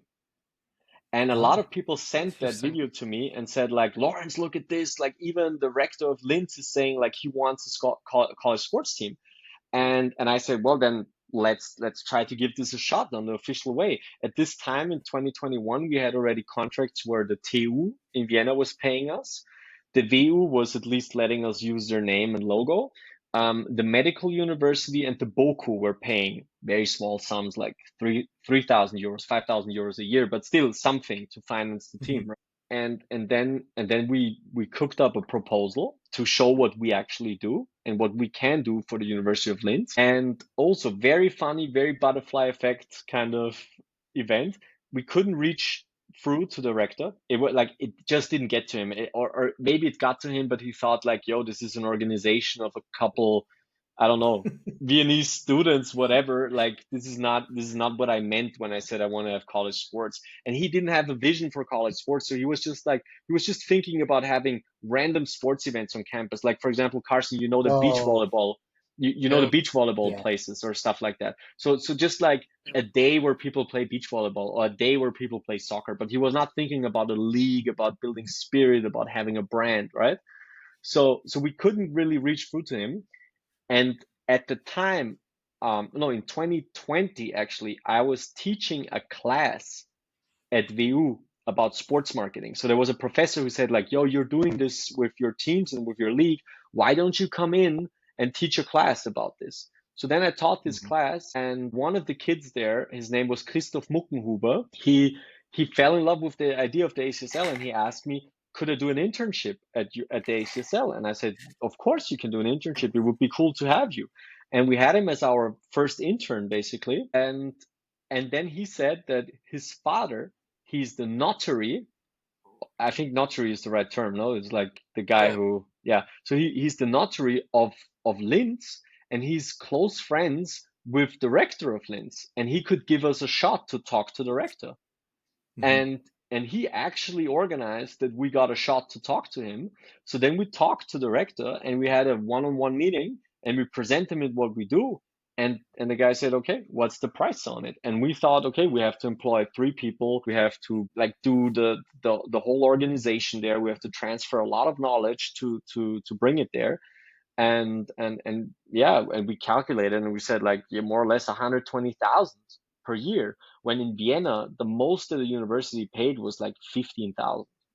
So this was like a 10x. It was crazy. So, and then we presented it in front of him. We presented it in front of like Board. the officials, the board, the finance board, right? And they actually approved it. And then we started this project in 2022, and it started like crazily fast. It was, I think we got the approval in May, and the basketball entry was scheduled for October. So we went But there. Yeah. Okay. Yeah. So we wasn't I went that remember there. during that. COVID though? 20. No, it was kind of. I remember It was the 2022. start It of was it. at the end of COVID. Yeah. Yeah, it was the Okay. very end of it. So there were still like sometimes there were things like I think the like winter time was when it was Yeah. So it so so we affected it a little bit. so we actually went there, and back in the day, I remember when I founded the 11 teams at the other universities in 2016. I just took my car and I drove down to Graz, or I drove over to Linz, or I drove to Salzburg, and I called in a tryout just through the network. So basically I called like 2 or 3 guys that I know from there, and I told them, you know, a couple hoopers, bring all the hoopers that have valid student IDs, and we're gonna make a team. And basically in one day the whole thing was done. So I in my head I thought like, this, it's going to be super easy. It's going to be super easy to get a basketball team up in 3 months. So then we drive to Linz and we do a basketball tryout. And as you said, Carson, there were a lot of Moritz Kastners, and things were looking rough. Like things were Yeah. looking rough. We were looking at the guys. We're like, shit, they are not going to be competitive.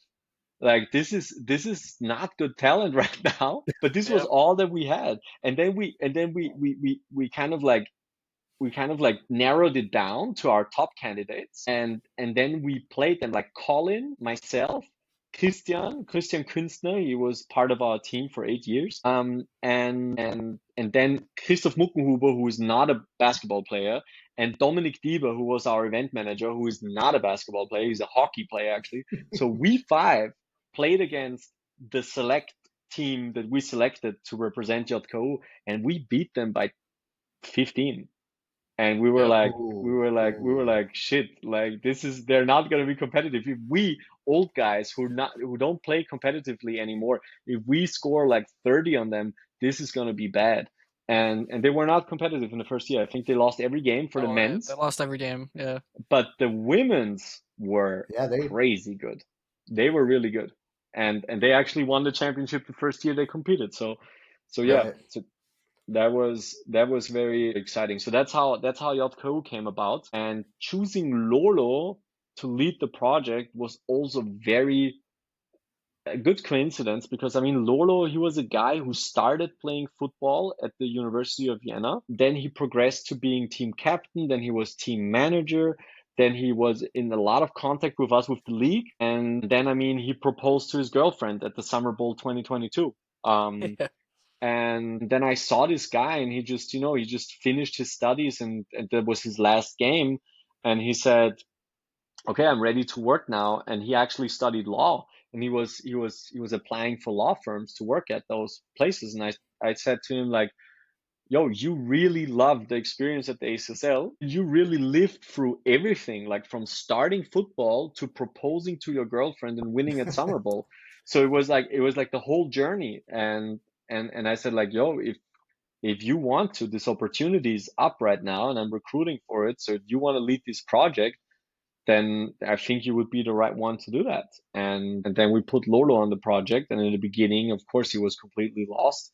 But with the time, I think he did a great job with lots of ups and downs, and we all learn and we all do our mistakes. But at the end of the day, I think it has developed nicely. Yeah. Yeah. Yeah. I will say like with the JTU, it's interesting. I didn't know about the video and the way it kind of got brought back, but Yeah. the way just the way the campus is, that it is its own campus, Yeah. like that really builds into that like idea of Yeah. having like these events and having the sports and everything. And I Kepler think Hall is like invaluable. ha, yeah, having Kepler Hall, Hmm. it separates it Yes. separates the school so much, because I Yeah. will say when I'm at like those games, Granted, it'd be cool to see it like a little bit bigger and everything, but like the games in Intensity. Kepler Hall are Yes. so much different in the Yeah. regular season than the games in Vienna. Yeah. Like it's night and day, and it's Yeah. very cool to see. I So love it.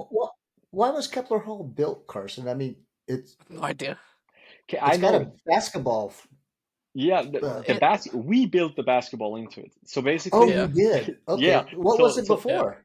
it was just a regular event center. So they thought they were desperate. The reason why they agreed to be the first university that pays tenfold for college sports and get college sports on their campus is because they had massively reclining student numbers. And that's how they get their financing. So because education is financed here in Austria through the tax system, so through the Right. government. And if you don't have students that actually take exams, so you have to do 16 credits a year to be considered an active student. And a university is funded in relation to how many students do 16 credits a year. So for Oh, them, it's okay. very important to have enough students that take exams. So that's why the rector of the university said, okay, we need something to get this campus alive, to get something going at JKU. And that was the reason they invested in Kepler Hall, which was millions. Like this was millions. Kepler Hall, Somnium, the new library, I think they spent upwards of like 30, 40 mil to build these Big buildings. projects.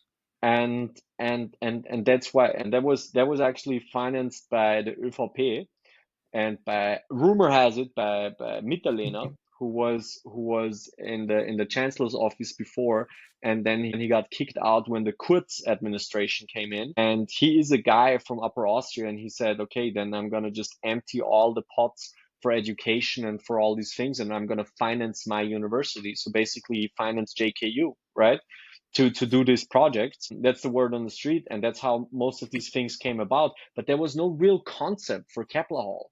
So there was just like, okay, we're going to do this event center, and then we can have like sports classes there, but we can have events there. And it's like, if you look at Kepler Hall, it's so random.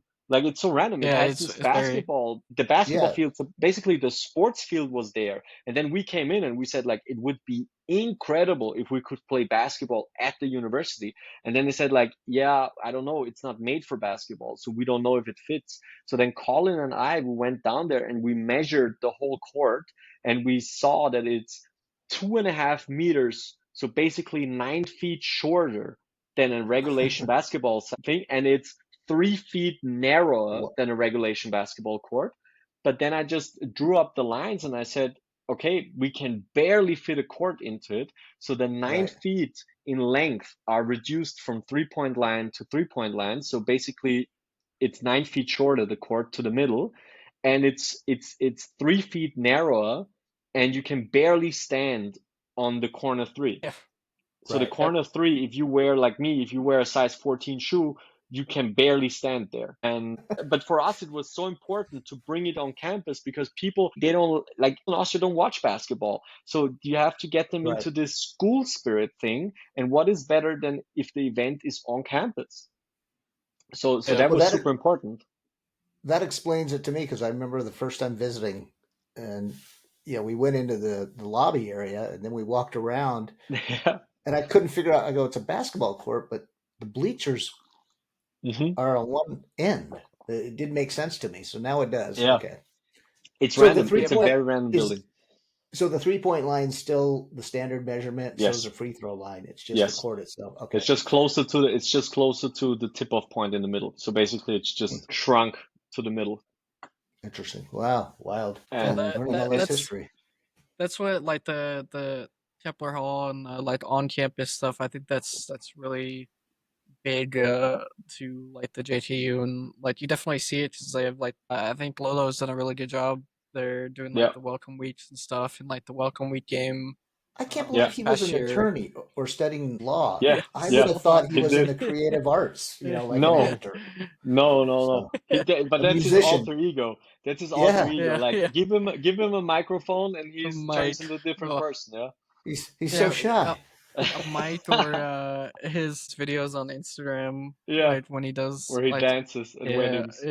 he's like the perfect guy for all that. He's done a really Exactly. good job for all that. But Exactly. Yeah, but he is yeah, great. like that the JKU's been like a really interesting project, and yeah, like the campus dynamic of it feels a lot different than Yeah. in the But Vienna schools. I think it's cool too that JKU has its own cheer team. You Yes. know, Yes. uh, Yeah. Definitely. so that In Vienna, it was and a go resource thing. So it was a right. resource thing to just get it started. And of course, if you have everything times five, you need 5 times the practice area, 5 times the organization, 5 times all of it, right? So in Vienna, we are thinking about it now that we get better deals with the universities. Once the universities get on that level of JKU in terms of like financial aid, that's when we're really thinking about splitting off the cheer dance teams because it provides for so much more spirit. And I think Oh, the definitely. Yeah. JKU spirit cheer dance team is phenomenal, to say the least. Yeah. Like it is Yeah. great. So talking about the cheer dance, and I was never a cheer dad. My daughter wasn't Yeah, into cheer. But is there a cheer club system in Austria? there How do is. these girls do? Oh, there is. Okay. There is. It's very connected to American football. So it's basically in Austria you have three, I would say you have two really big football clubs, the Vienna Vikings and the Hmm. Tirol Raiders. And Right. those Okay. two are also the strong ones who started with cheerleading. And then you have the Danube Dragons. I don't know if you've heard about them. I do. Yeah. And I the actually have a Danube friend that coached Dragons, football there. yeah, and the Danube Dragons, they have a woman called Petra Gruber, who is the cheer mom of Austria, basically. So she So, really took it upon herself to organize countless youth events and like trainings and trainers and bring them to international competitions in Florida and whatever. So she's really the driving wow. force behind cheerleading in Austria, and she kind of like established that. And with us, I would say 50% of the girls come from that background and 50% of the girls have no background at all and they just get started in the university. I will Boy, say that answers I it. know the cheer programs, like I've seen the competitive cheer programs compete in the US at the international competitions and like do very well. Yeah, Um Austria, like Austria got Austria got the world championship 3 years ago. They got yeah. the world championship in the B class, I think. So in the second level of competition. So the first level is US schools only, I think, and maybe one European school or team. And Austria got the world championship in the second class. Yeah. Yeah. Wow. I mean, the So it's intensity of actually big. parents and mothers in cheer is something that's Yeah, legendary in the I know. States. I know it's crazy. It's nuts. It's nuts. I guess Wow. we'll go back to since we've now built to the point we can kind of finally go back and maybe end on this question or and hear kind of what you say. But yeah, what my dad mentioned. What's next? Like, what do you see in the near future, the 5 years? What's the big? I kind of know the big vision. I saw Yeah, the the your keyring. podcast, the ACSL podcast, Yeah. the University of Rome and everything. But Yes. Yes. what's What? what's I got to what's the listen to big that one. vision? What's the big vision for the ACSL? Where do you Yeah. see it going? And the other thing too, what's the biggest hiccups you have? Yeah, the challenges. Like The what's the biggest challenges. challenge you have right now? Yeah. With either adoption, finances, whatever it may be. Yeah. Okay, so let me touch on like a 5 year picture and then like a big vision picture of the ACSL and then the hiccups. So in terms of like what's now next for the next couple of years, I think that the JKU has a very pivotal role in deciding of how college sports in Austria is going to go. We did a very good job the first 3 years, and we built a bigger Instagram following and event attendance than most universities in Vienna did in like 10 years. So basically, we did what we did in 10 years in Vienna, we did in 3 years at JKU, and we did it better. And that is our proof of concept to show to Hmm. universities like Graz, which has two very interesting universities, Technical University of Graz and University of Graz, then to the University of Innsbruck, which has 30,000 students, and the University of Salzburg, which is a maybe, which is like 16,000 students. And for us, it's a very good proof of concept to show them what kind of impact college sports has on the university and on the social life of the university and on the on the attractiveness for incoming students. And it just also justifies the price tag. And our price tag from Linz right now, just employing Lolo, Hanna, and Wolfi exceeds the 120,000. So right now, if we pitch to a university, it's between 200 and 250,000. And we know that with this kind of money, we can finance a team and we still have some money left for marketing expenses. And we can actually really ramp it up even quicker, maybe in half the time as we did it in Linz. So in 1.5 years to get on the level of what Linz did in 3 years.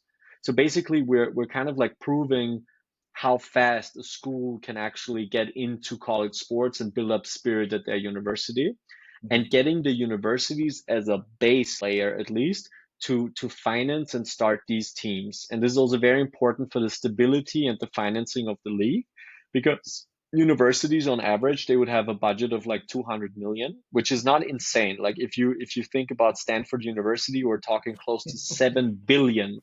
Okay, so this is 200 million. You're talking Yeah. Saban's. Exactly. That's Saban's salary. It's insane. So that's the whole education budget for a university like Linz.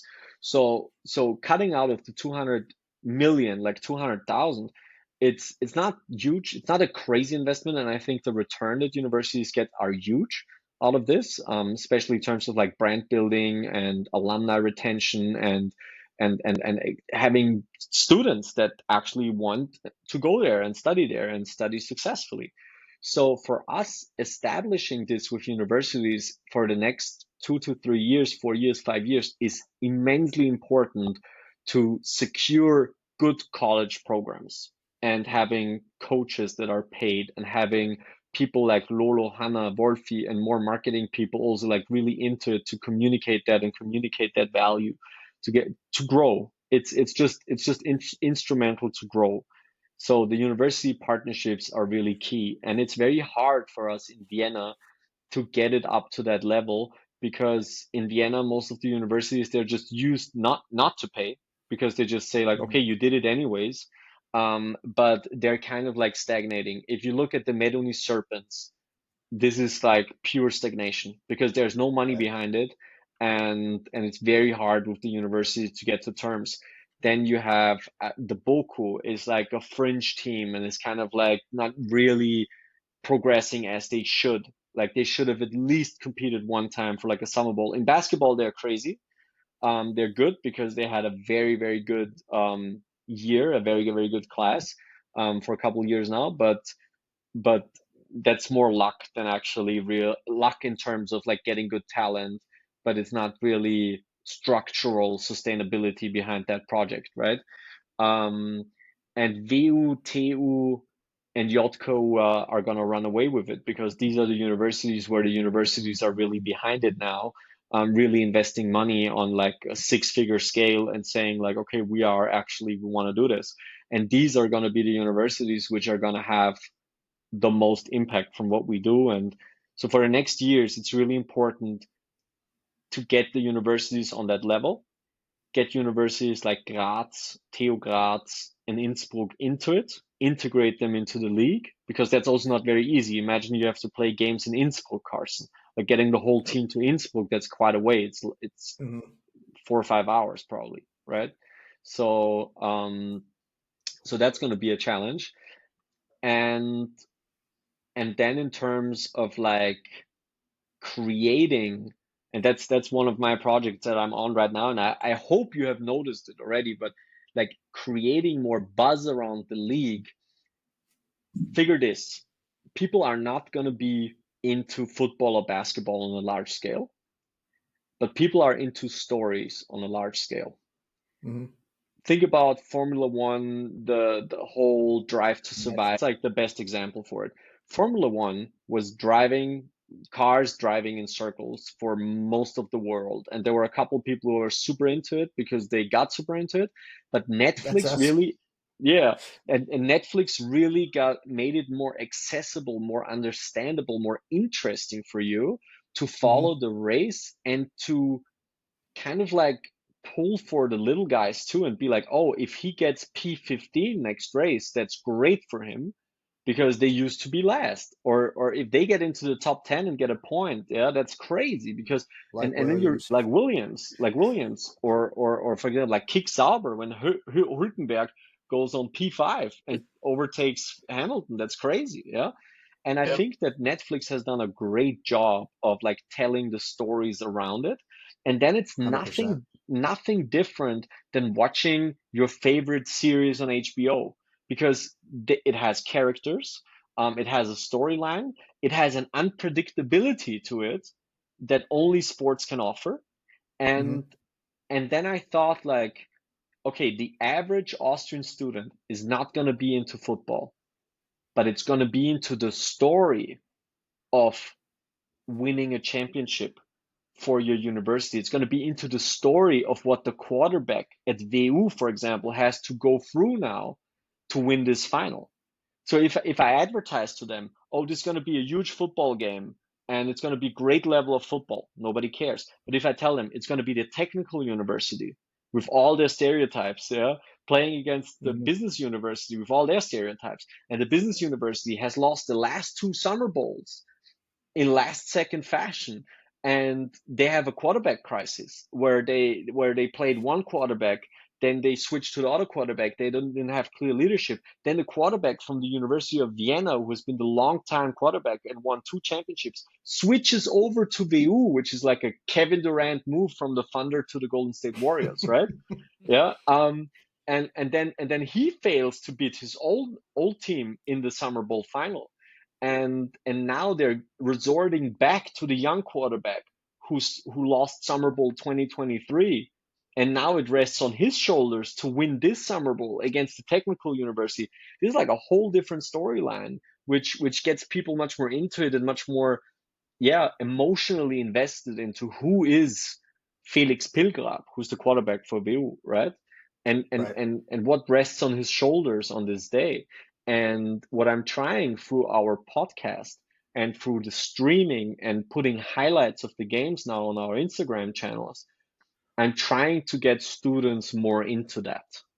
And Well, I pitched, it's yeah, interesting you say that because I agree. I've talked to Carson about this, yeah, and I've been watching the live streams for JKU now, and actually hmm, for VU also, and pretty good following on Reddit, and yeah, it's also enjoyable with the chats. Being an yeah, old guy, they don't know it's how old I am. They probably think I'm a young guy, but even Chinese, Japanese are on there, and yeah, marketing. Does Austrian TV broadcast? I kind of asked Hannah about that yeah. before she did the live stream. Is it on any of the was it the Our three? games, Yes. Will Summer Bowl only be only the televised? yes, it will be televised on Simply TV, and it's Okay. nationwide. So you can have Simply TV in two fashions. It's an online. You can have it online where it's like streaming only. But if Simply TV is your cable provider, then you have it as a channel, and then you can watch it as a channel on your TV. And back in the day, we used to be on ORF Sport Plus, which is the national Yes. television sports channel. Yes, Yeah, that's what I but usually watch there. that's so political. Like, and the next thing Yeah. about it is I couldn't I couldn't um I couldn't have any advertising in ORF Sport Plus. So they would Oh, really? no, it's a national. It's like a government channel basically. Yeah. And even if I say it's the Summer Bowl presented by AFS Consulting, I would get a fine for that. But So yeah, haven't I watched alpine skiing on that channel or other yes, sports that had yes, banners? yes, How exactly. do they But get? it's a political jungle. It's like if you are Okay. associated with the right people, you can do whatever the hell you want. But if you're not, you cannot. And they Okay. let Yep. me feel that very strongly. And then I said, like, guys, sorry, but OF Sport Plus, of course, it has a name to it. Like if I say we are live on OF, then all the old guys are gonna be like, oh wow, that's great. Yeah. That's like quality. But Yeah. none of the young people actually have a TV connection to OF Sport Plus at their place. Oh, okay. So Interesting. so that's not anymore a standard. So it's for me it's much better putting it on YouTube. And I actually Hmm. do better numbers on the online services. Like for example, now on Simple TV, when I did it with ORF, we had around 17,000 people watching. And this is for a channel, like this is also for people like zapping through on their TV, right? Yeah. 17,000. And on Simply TV last year, we had 34,000. So we actually had double. We had Double. double the Wow. audience. Yeah. Because it was just more accessible. And they even took out like the international barrier. So, and I will ask them to do that again so that you can watch it from the comfort of your home Right. at well, it's gonna be 9 hours prior, so you can watch it in the morning at 10 o'clock in the morning. Yeah, 7 a.m. yeah, or It's yeah, 7 from a.m. seven Yeah. a.m. onward. Little disappointed that JKU is not in the Summer Bowl. Well, you have to talk to Carson about Yeah, that. Yeah, I no know, kidding. but believe me, we have. I had made a promise to his team that I would come back for the Summer Bowl, so I yes. had the week blocked out and not Well, there. So maybe next year, next year. Carson. Maybe next Yeah. year. But yeah, so this is the thing about the transition, and I think what's really interesting is what I want to do in terms of like vision, because we talked about the next 5 years. What I want to do next year already is I pitched to a couple of big partners this past year now that we're gonna stream every game next year, and we're gonna do at least 15 podcasts accompanying those, Hmm.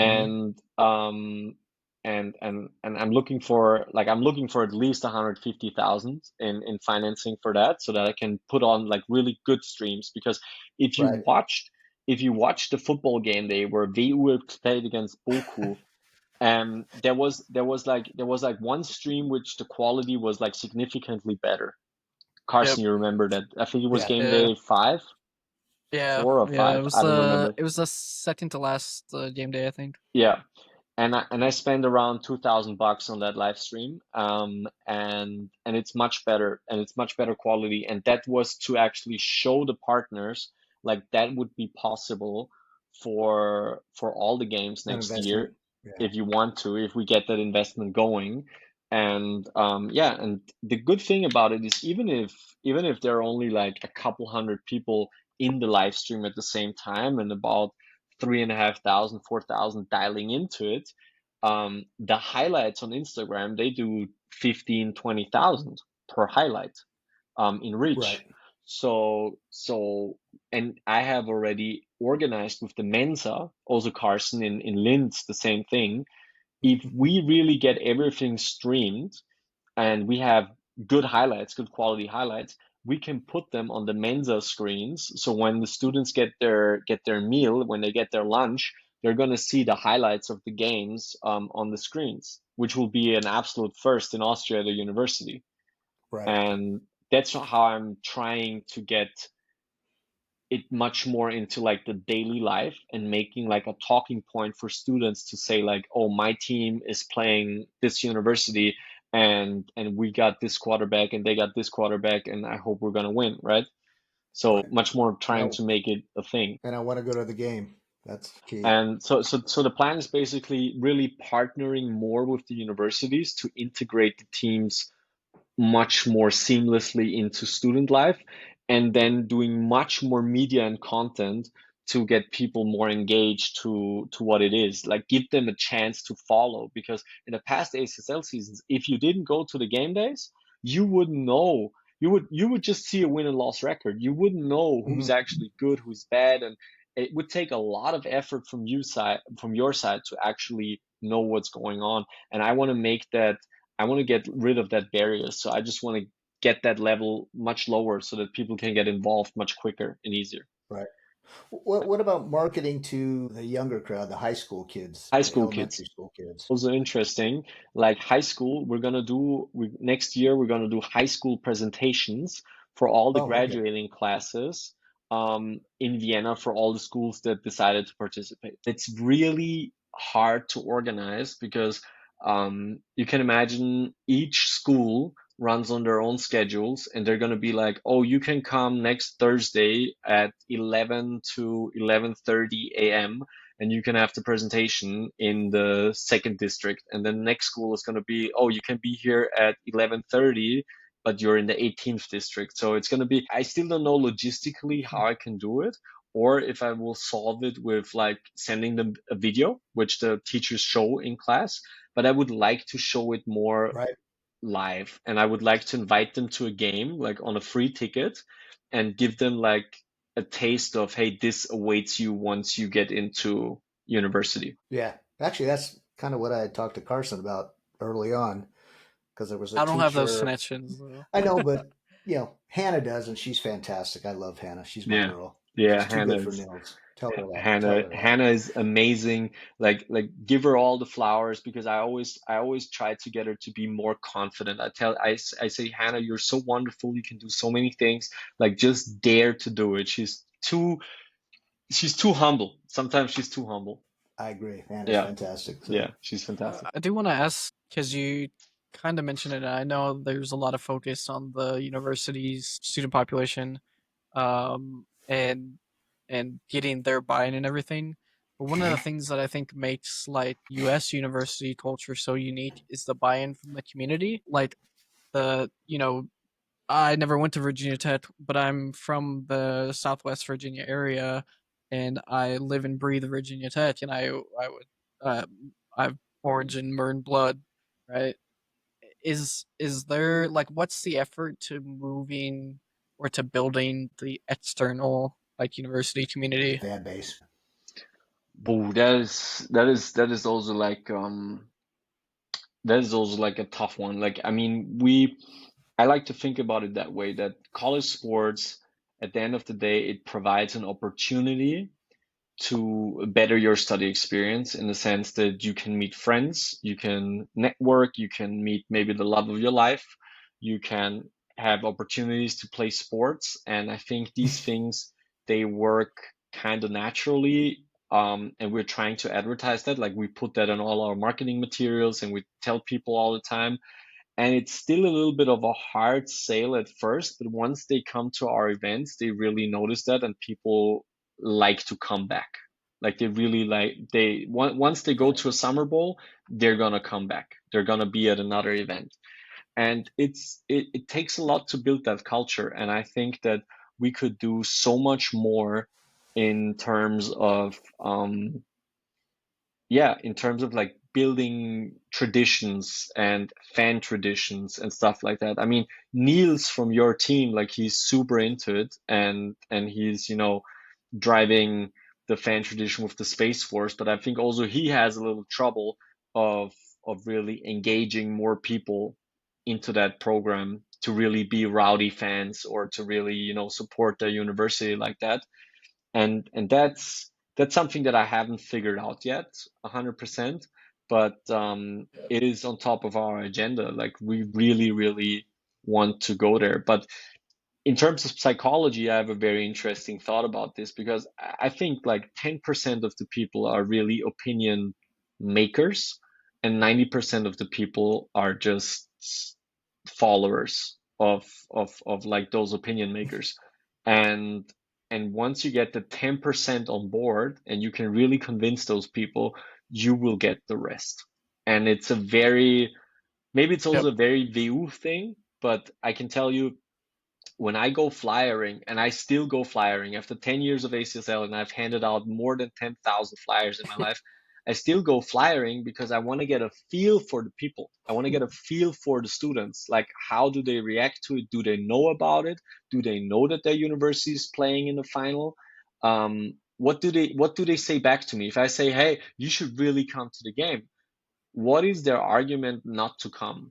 It's important for me to know, right? Right. So the other day, like Yep. last week, I went 2 hours flyering on VU campus, which is very funny because a lot of these students know me because I did like their welcome week, or like a speech, or like a you Yeah. know. So I talked to them, and the thing is, like, a lot of these people, they say like, oh, Lawrence, hey, nice to see you, man, that's so great. Well, I don't know. I've never, like, I've studied here for like 2 semesters, but I've never been to a Tigers game.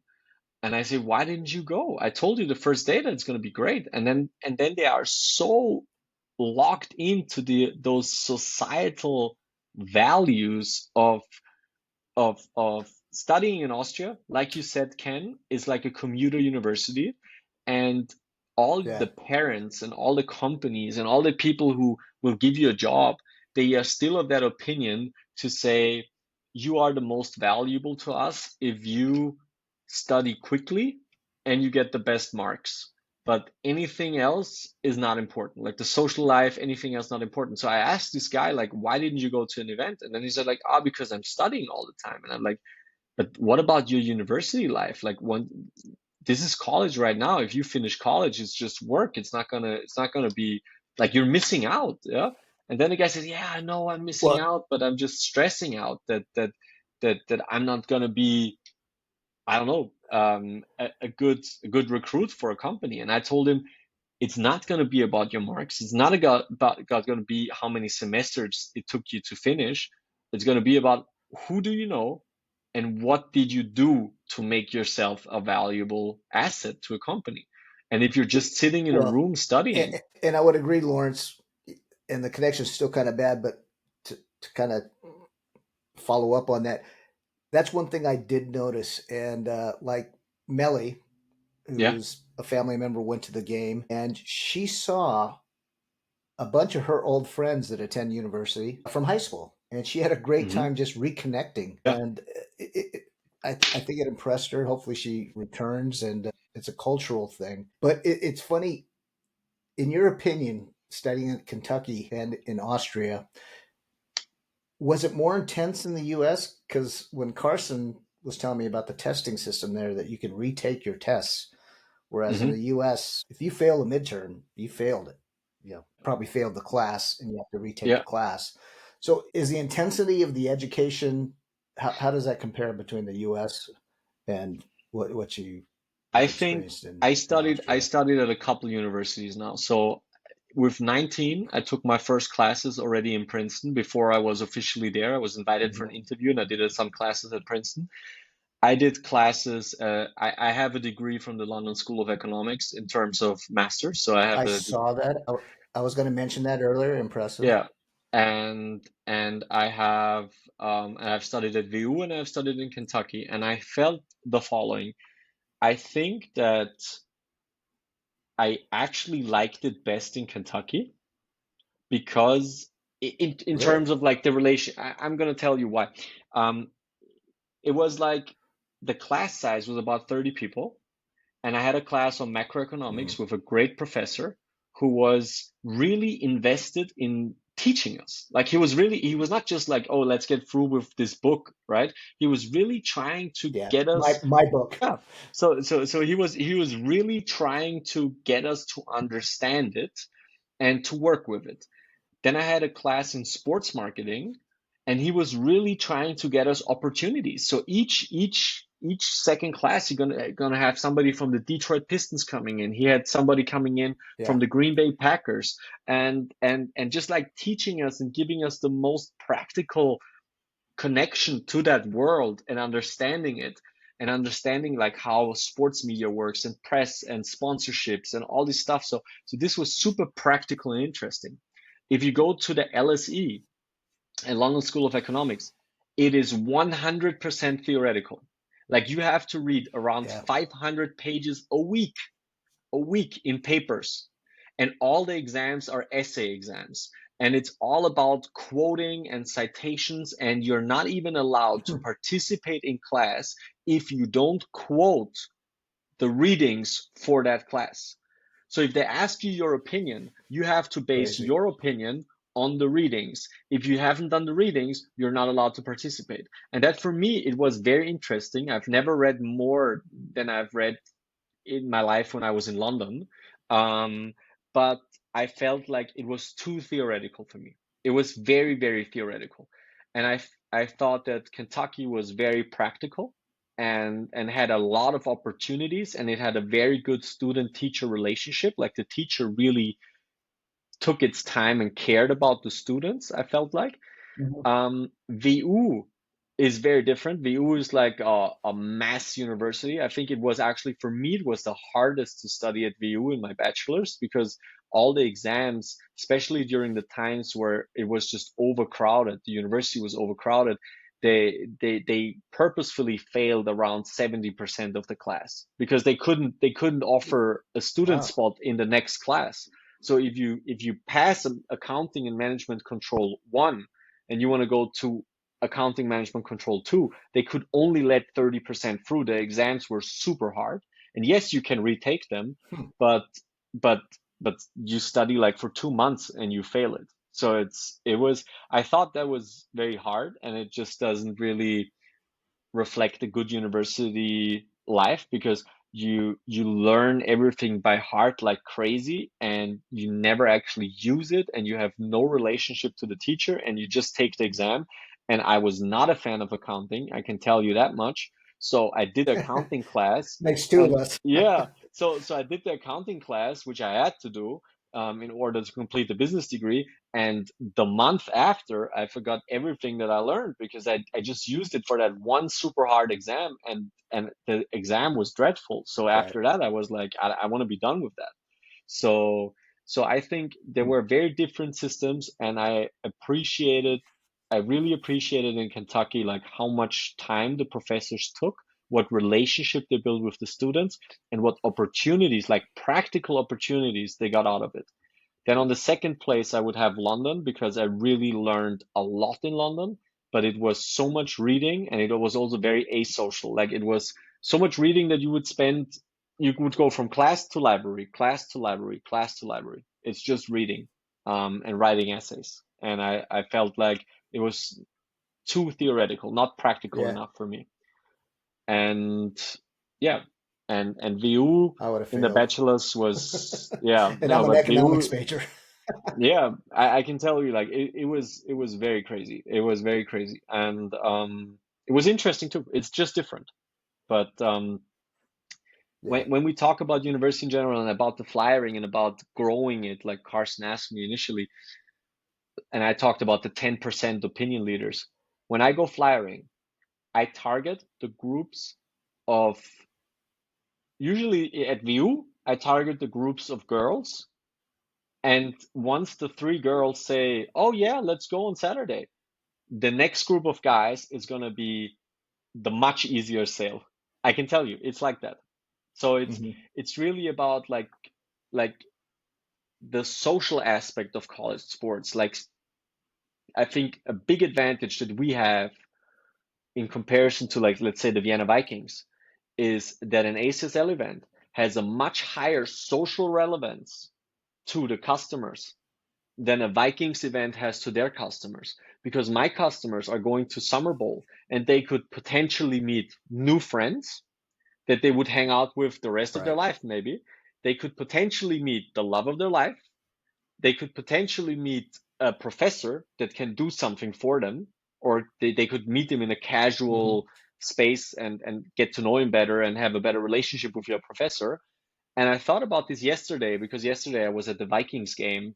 Um, and and when you go to the Vikings game, the average age is probably around 30. And when you're a 30-year-old man, you don't go to a game to make friends or to meet a partner, more or less, right? It's just a little different, and it's just about the football. It's just about watching the game. And with us, I think it's Yeah. so much more about the social component, and that's what we're trying to sell as well. That's what we're trying to tell the people. Like this is gonna better your life if you're a part of it. So it's much bigger than Well, football or basketball. and I would, yeah, I would agree with that because, like I said, people on Carson's team have asked me, why are you into this? What's your interest? And then friends have asked me, they have American football at the college level in Austria. I go, Yeah, yeah. And they asked me what it's like. And I said, it's not so much a football game. It's not big money. yeah, There's no NIL. There's no scholarships. yeah, I said it's kind of a football festival. It's kind of a yeah, cultural event. They have DJs. They yeah. have great food. They have alcohol, and there's no fights in the stand that I've No, seen since no, going never. to the We games. never had one. So it's a positive energy, and it's just fun. And in fact, I've told friends visiting Vienna, I go, if you're there during the football seasons, fall or spring, and you're jonesing for some American football, you should go to the game. Or, if Yes. you're at the embassy in Vienna, the American Yeah, embassy, yeah, man, go to the game. It's fun if you're yeah, missing American football. But I I we need wanna to. Well, Go ahead, I Carson. was gonna wrap it up. Like one final question, and Well, like the what's next question. So, yeah. we've uh great conversation so far. I don't want to take too much. It's already been a little while, but I kind of know. I just generally want to know, like, what is if you could look back 50 years from now and say I accomplished exactly what I wanted to do. Where do you see, uh, like, where do you see the ultimate goal? Okay, but it was cutting up here. It's saying again, trying to reconnect. I don't know if I'm gonna drop out of this call. What did you say? Oh, I think now it works. But tell me, what did you say again? If I could go forward 15 years or back? If you could go 50 years from now and look back and say I accomplished everything I wanted to with this When and you're an got it old to where man like exactly, Yeah. me, yeah, looking got it back. to Okay. exactly where I Okay. wanted it to be. What it, like, and just be brief. Doesn't have to be long, but like, what is Yes. your ultimate goal? I can tell you my ultimate goal would be to have a European college sports league that connects the next generation of Europeans around the continent through sports and celebrates the individual cultures of, let's say, Italy, Austria, Germany, Belgium, France, Mhm. Spain, and the cities and the stories they tell, but while celebrating it individually, having all those students come together, have an amazing study experience, amazing network, a trans-European network, and Right. and opportunities that I would have dreamed of, and giving a lot of athletes a new perspective on their sport and education. That would be my ultimate goal. So if in 50 years I go to a summer bowl and it would be in Vienna, then it would be in a stadium of 50,000 people. It would be sold out since day one of university. There would be maybe the VU Tigers playing against, let's say, the, I don't know, Berlin Lions or Berlin Bears, and it would be a celebration of college sports and a celebration of education and student and sports in Europe. So I think that we can be through this system of that it's about spirit and not the sport, and creating like school spirit. I think we can be one of the biggest organizations in European sports. So when I would look back at that, I would be very happy. Yeah. Nice. That's Well, that's what I like to hear. So, any before, last words? yeah, let me interject some things. So, my vision is one JKU in the Summer Bowl. Yeah. I could also see down the road maybe international, maybe a D3 college team coming to play in Vienna, which I think would Yes. be kind of cool. So, yeah, and then got to promote this coming weekend is the Yes. national championship of collegiate Yeah. sports in Austria for football. So it's called the Summer Bowl. If you're listening, as Lawrence said, it's going to be on YouTube and streaming. So we'll definitely send out the link for that. And one last question, nothing to Yes. do with sports, more of a cultural thing. Because when Carson first moved to Linz, he called, he goes, Dad, should I do the Sound of Music tour? And I said, "Oh, of course." And he said afterwards, he said, "Nothing but Americans on it." So I talked to my family in Austria. They go, "That's an American thing. We know nothing about it." It is a And hundred when percent my American thing. Like yeah, so Austrians Yeah. do you have, know the Sound of Music? of course, but Okay, like every other Austrian, you get to know it through an American that asks you about it. And then you say like, okay, I don't know what that is. I don't know what that is. And then you watch it. yeah. It's But, in Austria, Yeah. barely and anybody has ever seen it.